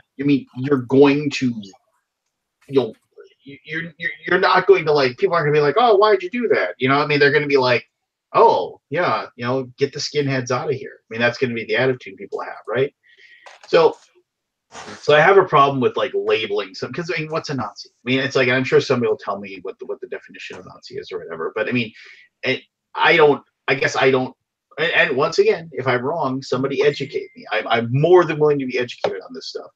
But I think Jeremy Hamley is from what I've seen of what he says, like he's that guy that you argue with that like is just smug about everything. Like he'll, like, for what I understand, like he'll mention somebody that he's got a problem with and mention their Twitter feed, mention anything about them for like 7 minutes in a video, and then he'll say, and hey, don't go and contact this person in any way. It's like, oh, okay, it's like you're gonna basically say this person's stupid, or like, look at the things that people do and everything like that, and you're gonna like get thousands of views on a video, and then you're gonna say, oh, but please don't go and bother them. It's just like, oh, because you're hitting a checkbox, basically to like make sure that people don't, which is he just sounds like he's just a professional YouTube troll, and yeah, he's a professional douchebag. He's a professional a-hole. Well, it just strengthens his side too. Well, and that's just it. Talk about how the left are just eccentric and crazy, and this strengthens it. And he raised $16,000 on a GoFundMe. So the guy got punched 5 times, and now he's going to get $16,000. I mean, hell, can I sign up for this? I mean, seriously, yeah. Well, that, and it's just like, so you kind of prove that it's true, right? You kind of prove that it's like, oh, it's like these people are just crazy, and look, they're crazy. Yeah, that's the thing. And the thing is, it would have been the exact same way. Jeremy Hanley punches Matt Fantastic. It's the exact same story. It's just completely different. It's just flip it on the other head. They'd be talking about how the right's crazy, they're too violent, blah, blah, blah. It's just, damn it, people just argue about politics nicely. Well, I mean, and you can scream and yell at somebody all day long. You can say you're racist. You can say, and I will, fine, you're an idiot for raising your voice, and I don't agree with anything you have to say. But I mean, fine, if the moment somebody starts spewing hate speech and starts using really denigrating language, even if people start calling people alt-right or libtards or all the little catchwords they want to use to try to say you're denigrate you, I immediately just turn you off in my head. It's like, you can't even talk to me. You talk to me about an issue, talk about a thing. And is it wrong for me to say that I weirdly expected better of people in the situation? And the thing is that, and I'm not saying, I understand there's probably people that are friends with Matt. And the thing is that all of us have no friends that have committed some sort of crime. What the level of it is this, and you didn't call the cops immediately to let them know. And I understand not turning him in, not approaching somebody and saying, hey, it's like, I get that. And I would never tell people that are his friends, it's like, you need to go and say everything. But again, like I said, if people were with him when he's doing that, and it's like, it puts them in a really shitty position, because it's like, what if cops do come up to you and say, hey, tell me exactly what happened, and you lie to them? Well, all of a sudden, now you're in trouble. Criminal, yeah. Yeah, because of that. And it's just... I saw Matt on Saturday night, and I was like, shit, I don't know what to do here. I'm just going to assume that everything's worked itself out, but it's like, it made me feel just a little bit comfortable, even on Saturdays. I'm like, should I report this or something? I didn't, because, I'm not trying to be a narc or anything, but... And again, your information is not firsthand. If your information is firsthand, yeah, and you have what's the word, common sense, or a good conscience, then you will report it. Luckily, I have no conscience, so that helps. Good deal. I would say differently. You're very sweet, Forrest. And the guys at Funky Sheep think you're sweet as well. They saw your video and they said. And ultimately, what does it do? It there are tons of people that think the same way that Matt does, who hold it back. Or who are striving to change the way things are, in a way that could be productive and whatever. And it's like, but then the actions of somebody, and I'm not trying to single him out, but I mean, and again, allegedly, if this happened, he ruins that. He makes them take a giant step backwards, and then you have these, you make a martyr out of one of the biggest internet YouTube a-holes that exists by doing, and it's like, that guy's just sitting there going, ha ha ha ha. More subscribers, more. It's just like, it's, I don't know. I mean, we all could talk dirty about, other people in the industry and get more subscribers, but what's the point? There's no point. But that's, and then that's what that guy wants, right? Yeah. He wants that. He wants subscribers. He wants the infamy. He wants the, the spotlight on him. He wants to step on, Tom's space or your space. Or I just, I don't know.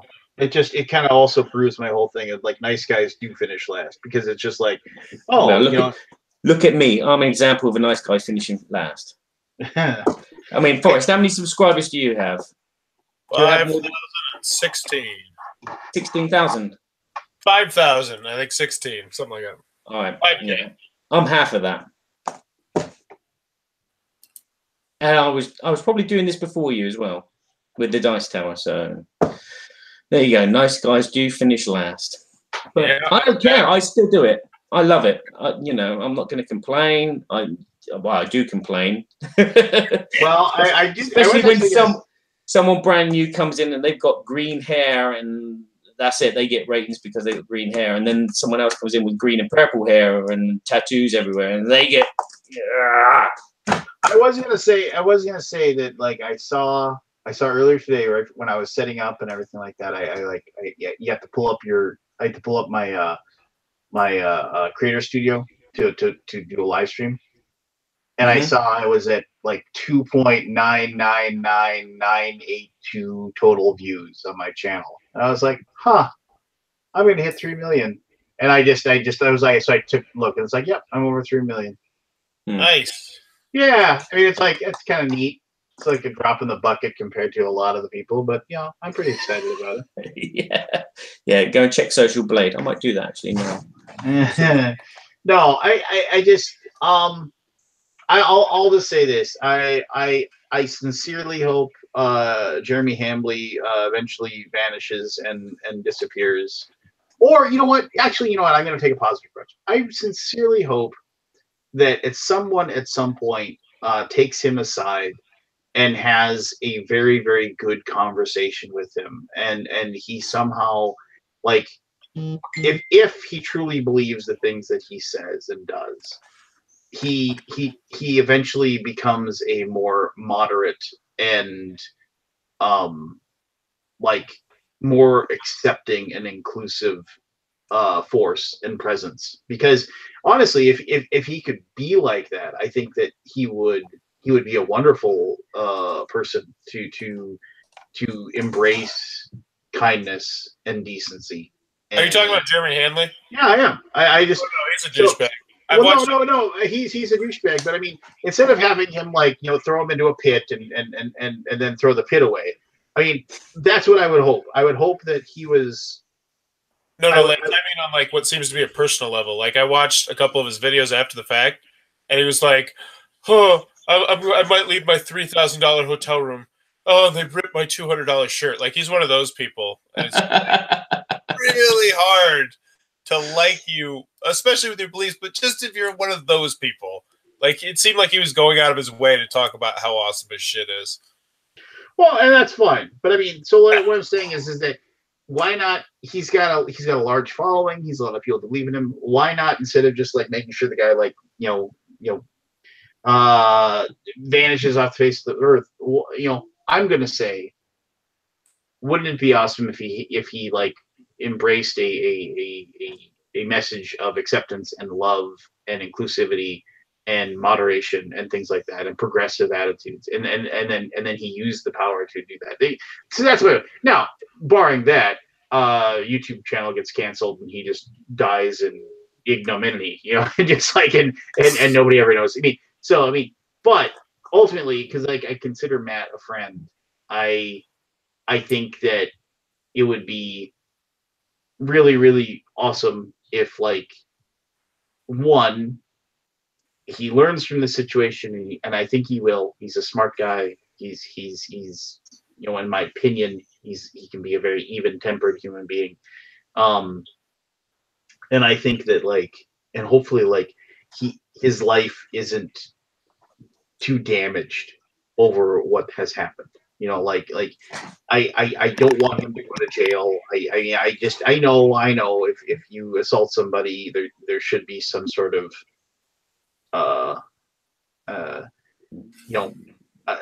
growth from it. And the thing is that here's the deal. Most likely, in my opinion, what's going to happen is that people are just going to see him at conventions later, and there's going to be certain people that are going to be really happy to see him, and they're going to be all like, "Oh, that's great, nothing bad happened to you," or things like that. And who knows? I don't know. I don't know, and I hope that does happen. But then there's going to be other people that are like, "Oh, look, you can just get away with anything, right?" And it's just like, I don't know. What? Just allegedly, but if allegedly what happened, where he asked who he was, and then he says, "I'm gonna fucking kill you," which that's the alleged thing that happened. Does that change your opinion? that he put him in a headlock and then started punching the guy? I mean, at what point does your opinion on that change? Like, obviously, the details are going to come out. They're going to come out eventually. Exactly what's going to happen. It's a bar full of people on the outside of it. I mean, see, this is what's crazy is that I don't think it'll come out. Honestly, I think this is going to be one of those things where the police are going to look at it and they're going to say, you know, the police are going to say, you weren't seriously hurt, you know, because from what I understand, you didn't have to go to the hospital or anything. So they're going to look at it and say, well, you didn't really get hurt. So, you know, there's nothing there. Slap on the wrist.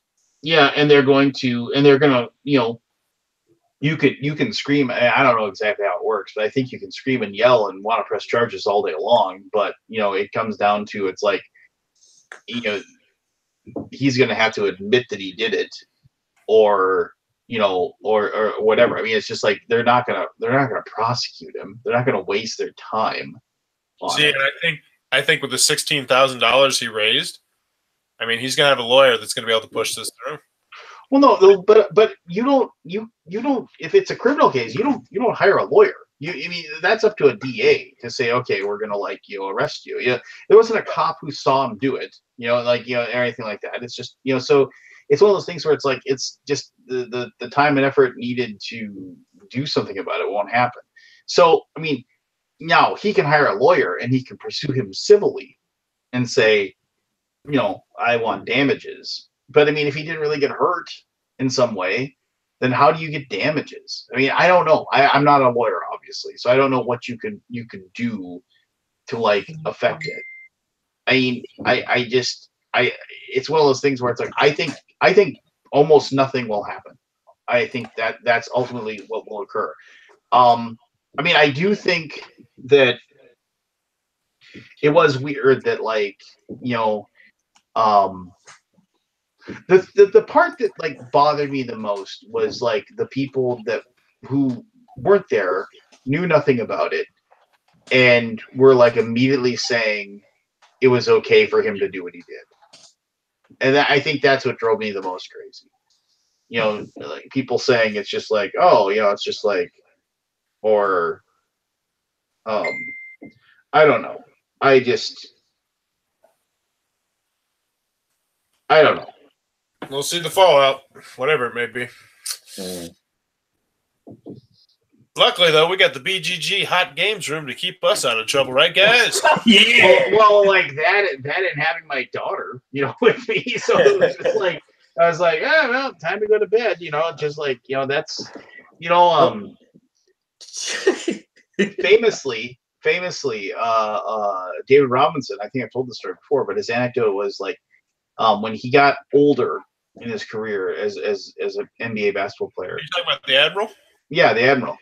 He when he got older and he was married, had kids, when the Spurs would go and travel,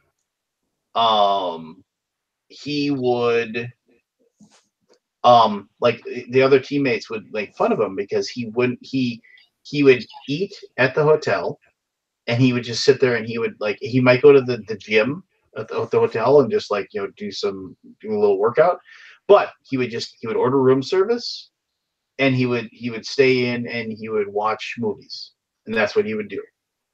And then they would, and they were like, oh, they'd always say, hey, come out to the club with us, come out and do this, come out and do that. And it's just and he's like, no. And people say, well, why? Because you think you'll do something bad. He's like, no. He says, I know I won't do anything bad, because he was a very religious person. He was just he's like, I have no question that I'm going to do anything. I'm not going to go out and make mistakes.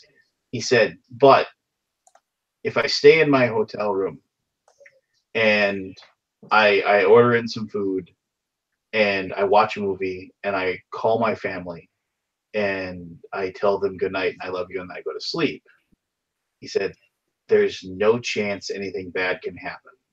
He's like, the moment that I go out and I go to a club with my friends, there's a chance things could go bad. And that's why he did it. He was just he's like, there's nothing out at the bars or the strip clubs or anything like that I need. And so he just didn't go. and that's why he stayed pretty much clean his entire career, and he was pretty well respected by other players. And so, I mean, what did we say? I mean, like after the Origins craziness, like I even said, it was like there's no good can come from being out and about and going nutballs and going crazy after you weren't hanging out with Berkey. Yeah, and it's just like no good can come from that. Berkey went a bit crazy on the last night. I had to calm him down. And hard to imagine, but sorry. Yeah, so it's just I don't know. It's just the thing is that like if he pursued Matt Loader and if he pursued him civilly, it's like I'm pretty sure Matt doesn't really have much. I mean, does he and his wife own like a game store? I think maybe, or he works at a game store. I don't know exactly. I think he like either owns or he manages a game store. He's got obviously his designs. He's got his design company or whatever. But I mean, as we all know, it's like board games aren't a way to make a lot of money. You just don't make money.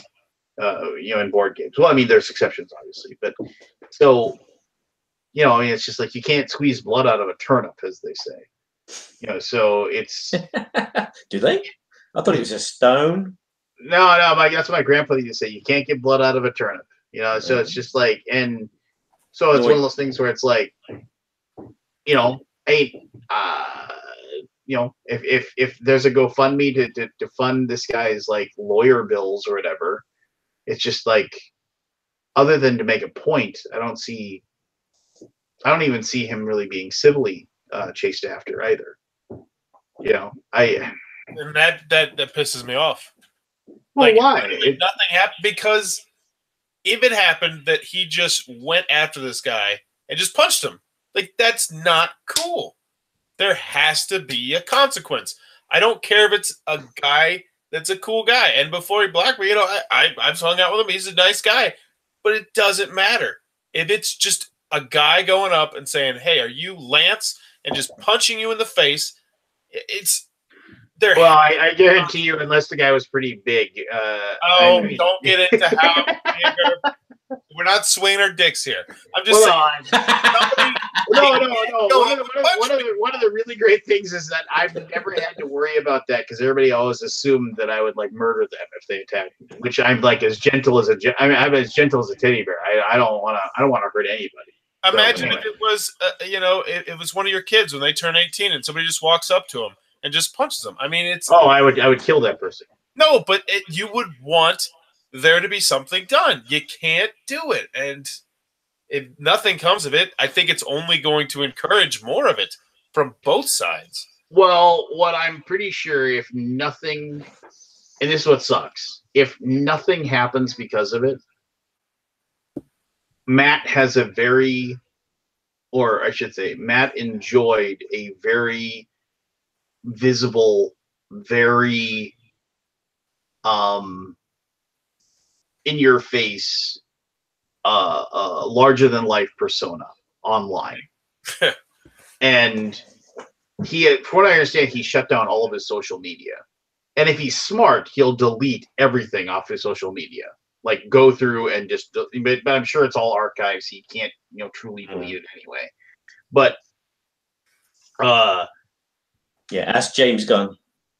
Yeah. So, but no, like, so it's like when or if he comes out and like pops his head up, I mean, these guys' followers and that world of, I mean, it's gonna be whack-a-mole as soon as he shows up. I mean, and they're just gonna, it's. And sadly, I mean, it's just like, and this is wrong as well. But I mean, if I was him, you'd be like, grow eyes in the back of your head type of thing. Because who's to say somebody else isn't going to come up and say, hey, are you Matt Fantastic? I mean, that would be awful. That'd be horrible. But I mean, I would be worried about that happening. Gangster mentality. And I was going to say this too, is that it's like, and this isn't necessarily one thing or the other, but like the people I've heard say I would punch a Nazi, like the people that like I am friends with in the board game industry that feel that way. I don't think a single one of them has children. Yeah. And the thing, and it's just like, it's one of those things where it's like, I don't know. It's like when you have a kid, it's just like you can't go and do anything stupid because you have to take care of your kid. Like, it's almost, you would hope so. Well, yeah, but I mean, it's almost like, I mean, like when I hear about like people doing dumb things and I know their fathers, I'm just like, dude, it's like you need to be around for them. You need to be a dad for them. And that was driving me crazy. That's why I don't get drunk at Gen Con anymore. Actually, I mean that's part of the reason why. Like I used to drink a lot, even when my kids were younger. Like I used to do the first couple bonanzas. I was drunk most of the day as I was interviewing. Like we would just be drinking whiskey and vodka all day.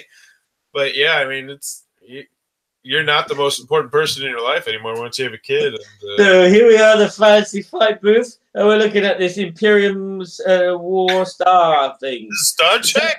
Imperial Assault Star Trek. What's it like? Can I take this home? Did he spend? Wow, I'm bending Luke Skywalker. Hey. I don't know. I just it is really weird that like this is gonna be horrible, but if I was the president of Gamma, I would be thanking Matt Fantastic. Oh, for the show. Yeah, nobody paid attention to the yellow guy being a dick and shoving people. Yeah, good for him. I don't mean to laugh. I don't mean to laugh, but I mean if you were the president of Gamma, who got thrown out of Gen Con, wouldn't you just be writing Matt like multiple emails thanking him? Yeah, I was actually thinking about that earlier. I think it was on Monday. I was like, how is this not a story this week? That he was just shoving people that worked at Gen Con. Like, well, no, the story is that Yellow had packages of stuff show up late. So they had to walk them from the loading dock area back to the booth. And Yellow's got that primo spot, right by one of the entrances. And so the walk was like super long. And so like he tried to they wanted to use a different door that basically would have the distance they would walk to get it done. And because here's the deal, they would let you in the loading dock area, you could unload your stuff, you could use forklifts all day long, but because the carpet was down, you couldn't drive like the forklifts or anything out onto the floor. Yeah. Because you damaged the carpets and stuff. So he was like, all right, fine. Can we just use the forklifts and go over to this one door, which will like basically cut the distance we have to walk back and forth with all these boxes in half. And they just started doing it, and security came over and said, you can't do this. And they were just like, and this is all like, and these are his words that were on Facebook. You can look them up. Yeah. And so he got into a heated argument with them, and like basically saying, you guys are, who knows?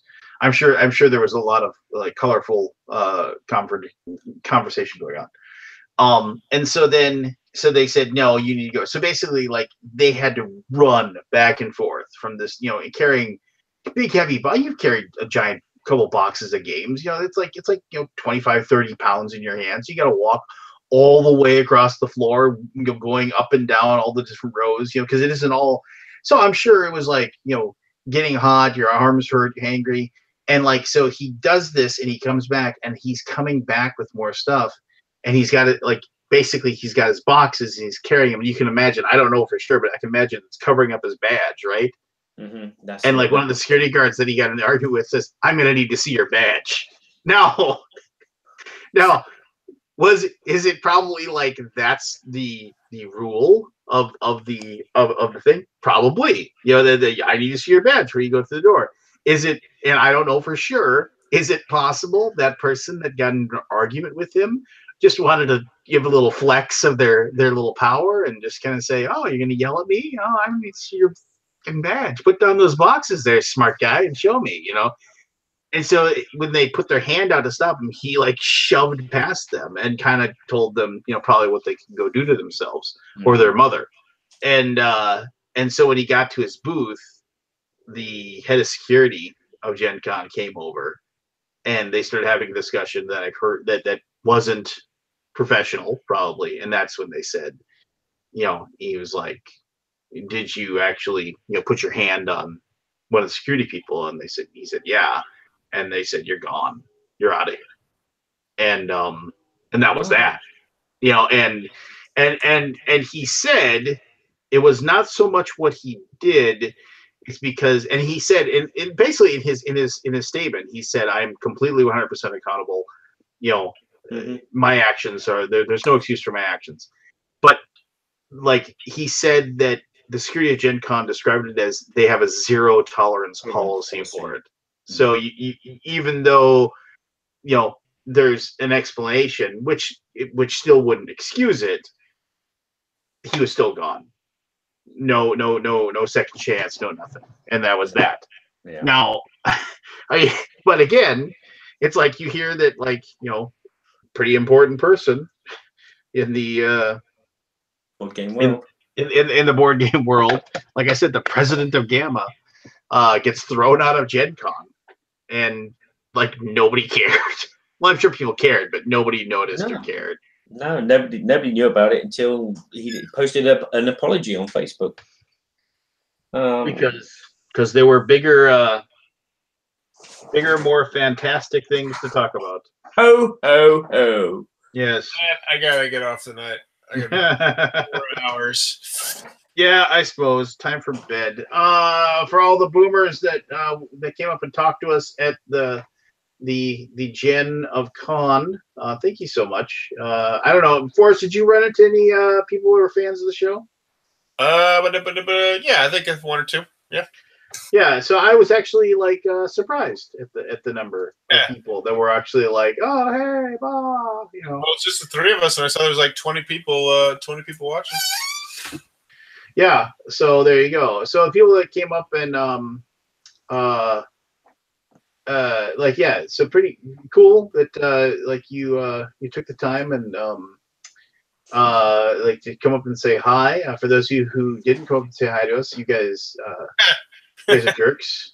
Once we get to 50, I'm gonna have to start watching my mouth, though. Just a heads up. No.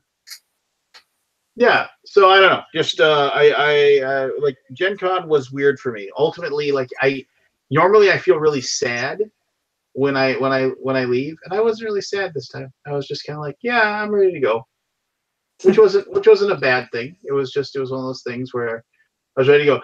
Thing is I didn't talk about that. I'll talk about this next week. There were a ton of really good role playing games that I tracked down at Gen Con that I was excited to see. So, yeah, save that one for next week, preferably before 10 p.m. when I get on. All right. All right. Night, good night. Oh, what do you got? What do you got for me, Barry? You want to say something? Just a quick one. Talking about fans, I had one fan come up to me at Gen Con who recognized me from Berkey and Badger. Gave him a hug, had a talk. It was nice, you know. It was that one instance, and then later on, I find out that she actually is working for Berkey. So it's like,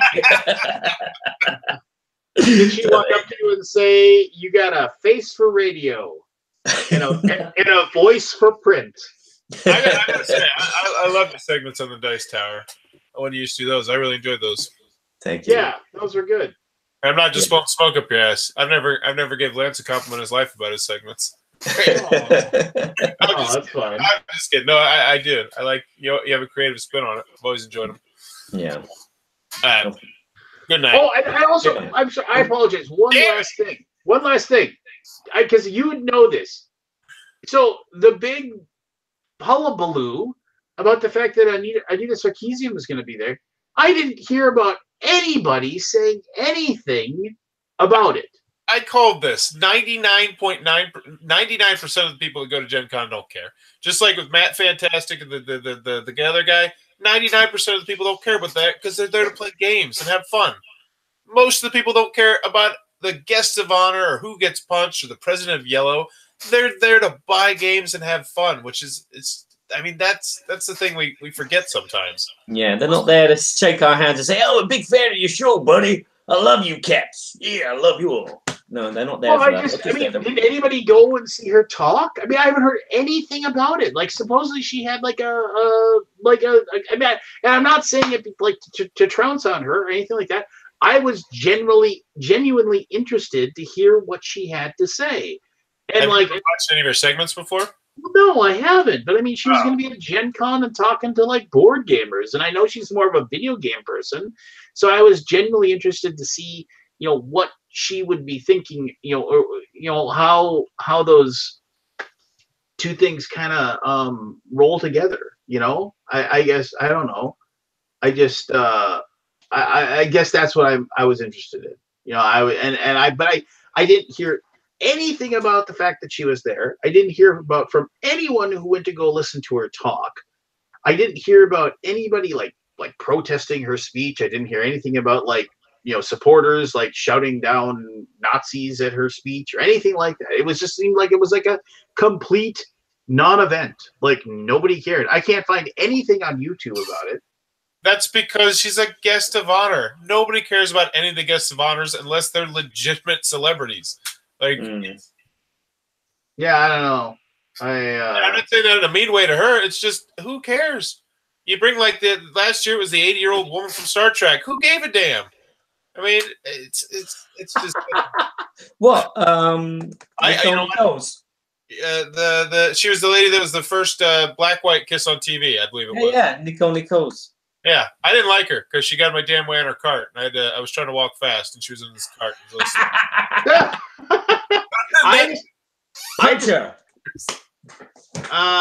So I mean, that was like really, and nobody seems to have it. It was 2 months ago.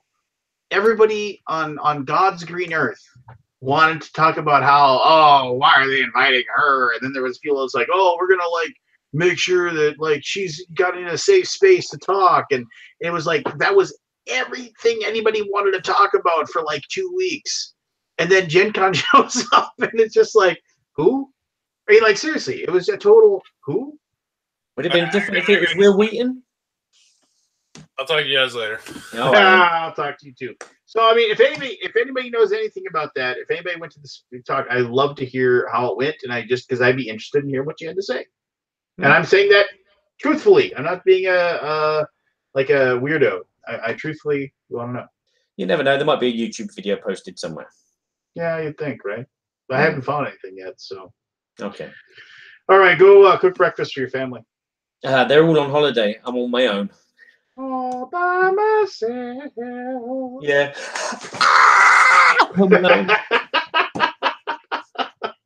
Barry, I wanted to say it was super, super nice to see you in the flesh.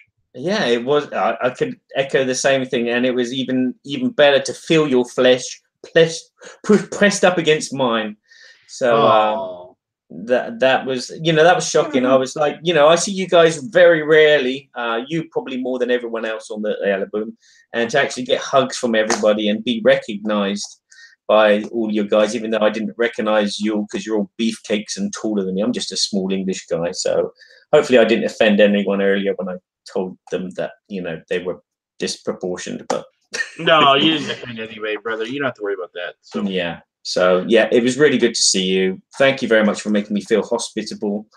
And hopefully, fingers crossed, I will be back again next year. And hopefully one day I'll be able to afford to pay myself to get there, or maybe even go. I really want to go to BGG Con.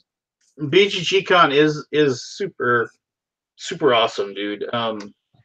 It's like the one convention where I there's so many reasons why I like it. I mean, I even like the way I get there because I'm able to book a ticket from Fargo direct to Dallas, so I don't have to like no connections, no nothing, and yeah, I mean it's just it's super cool and it's super awesome. So, and it's just and it really is just playing games and having fun with friends and just having a blast. And yeah. And, I couldn't sleep last night thinking about this show, and then I was watching, strangely enough, Fargo season 2. Thinking of you. Oh, Fargo!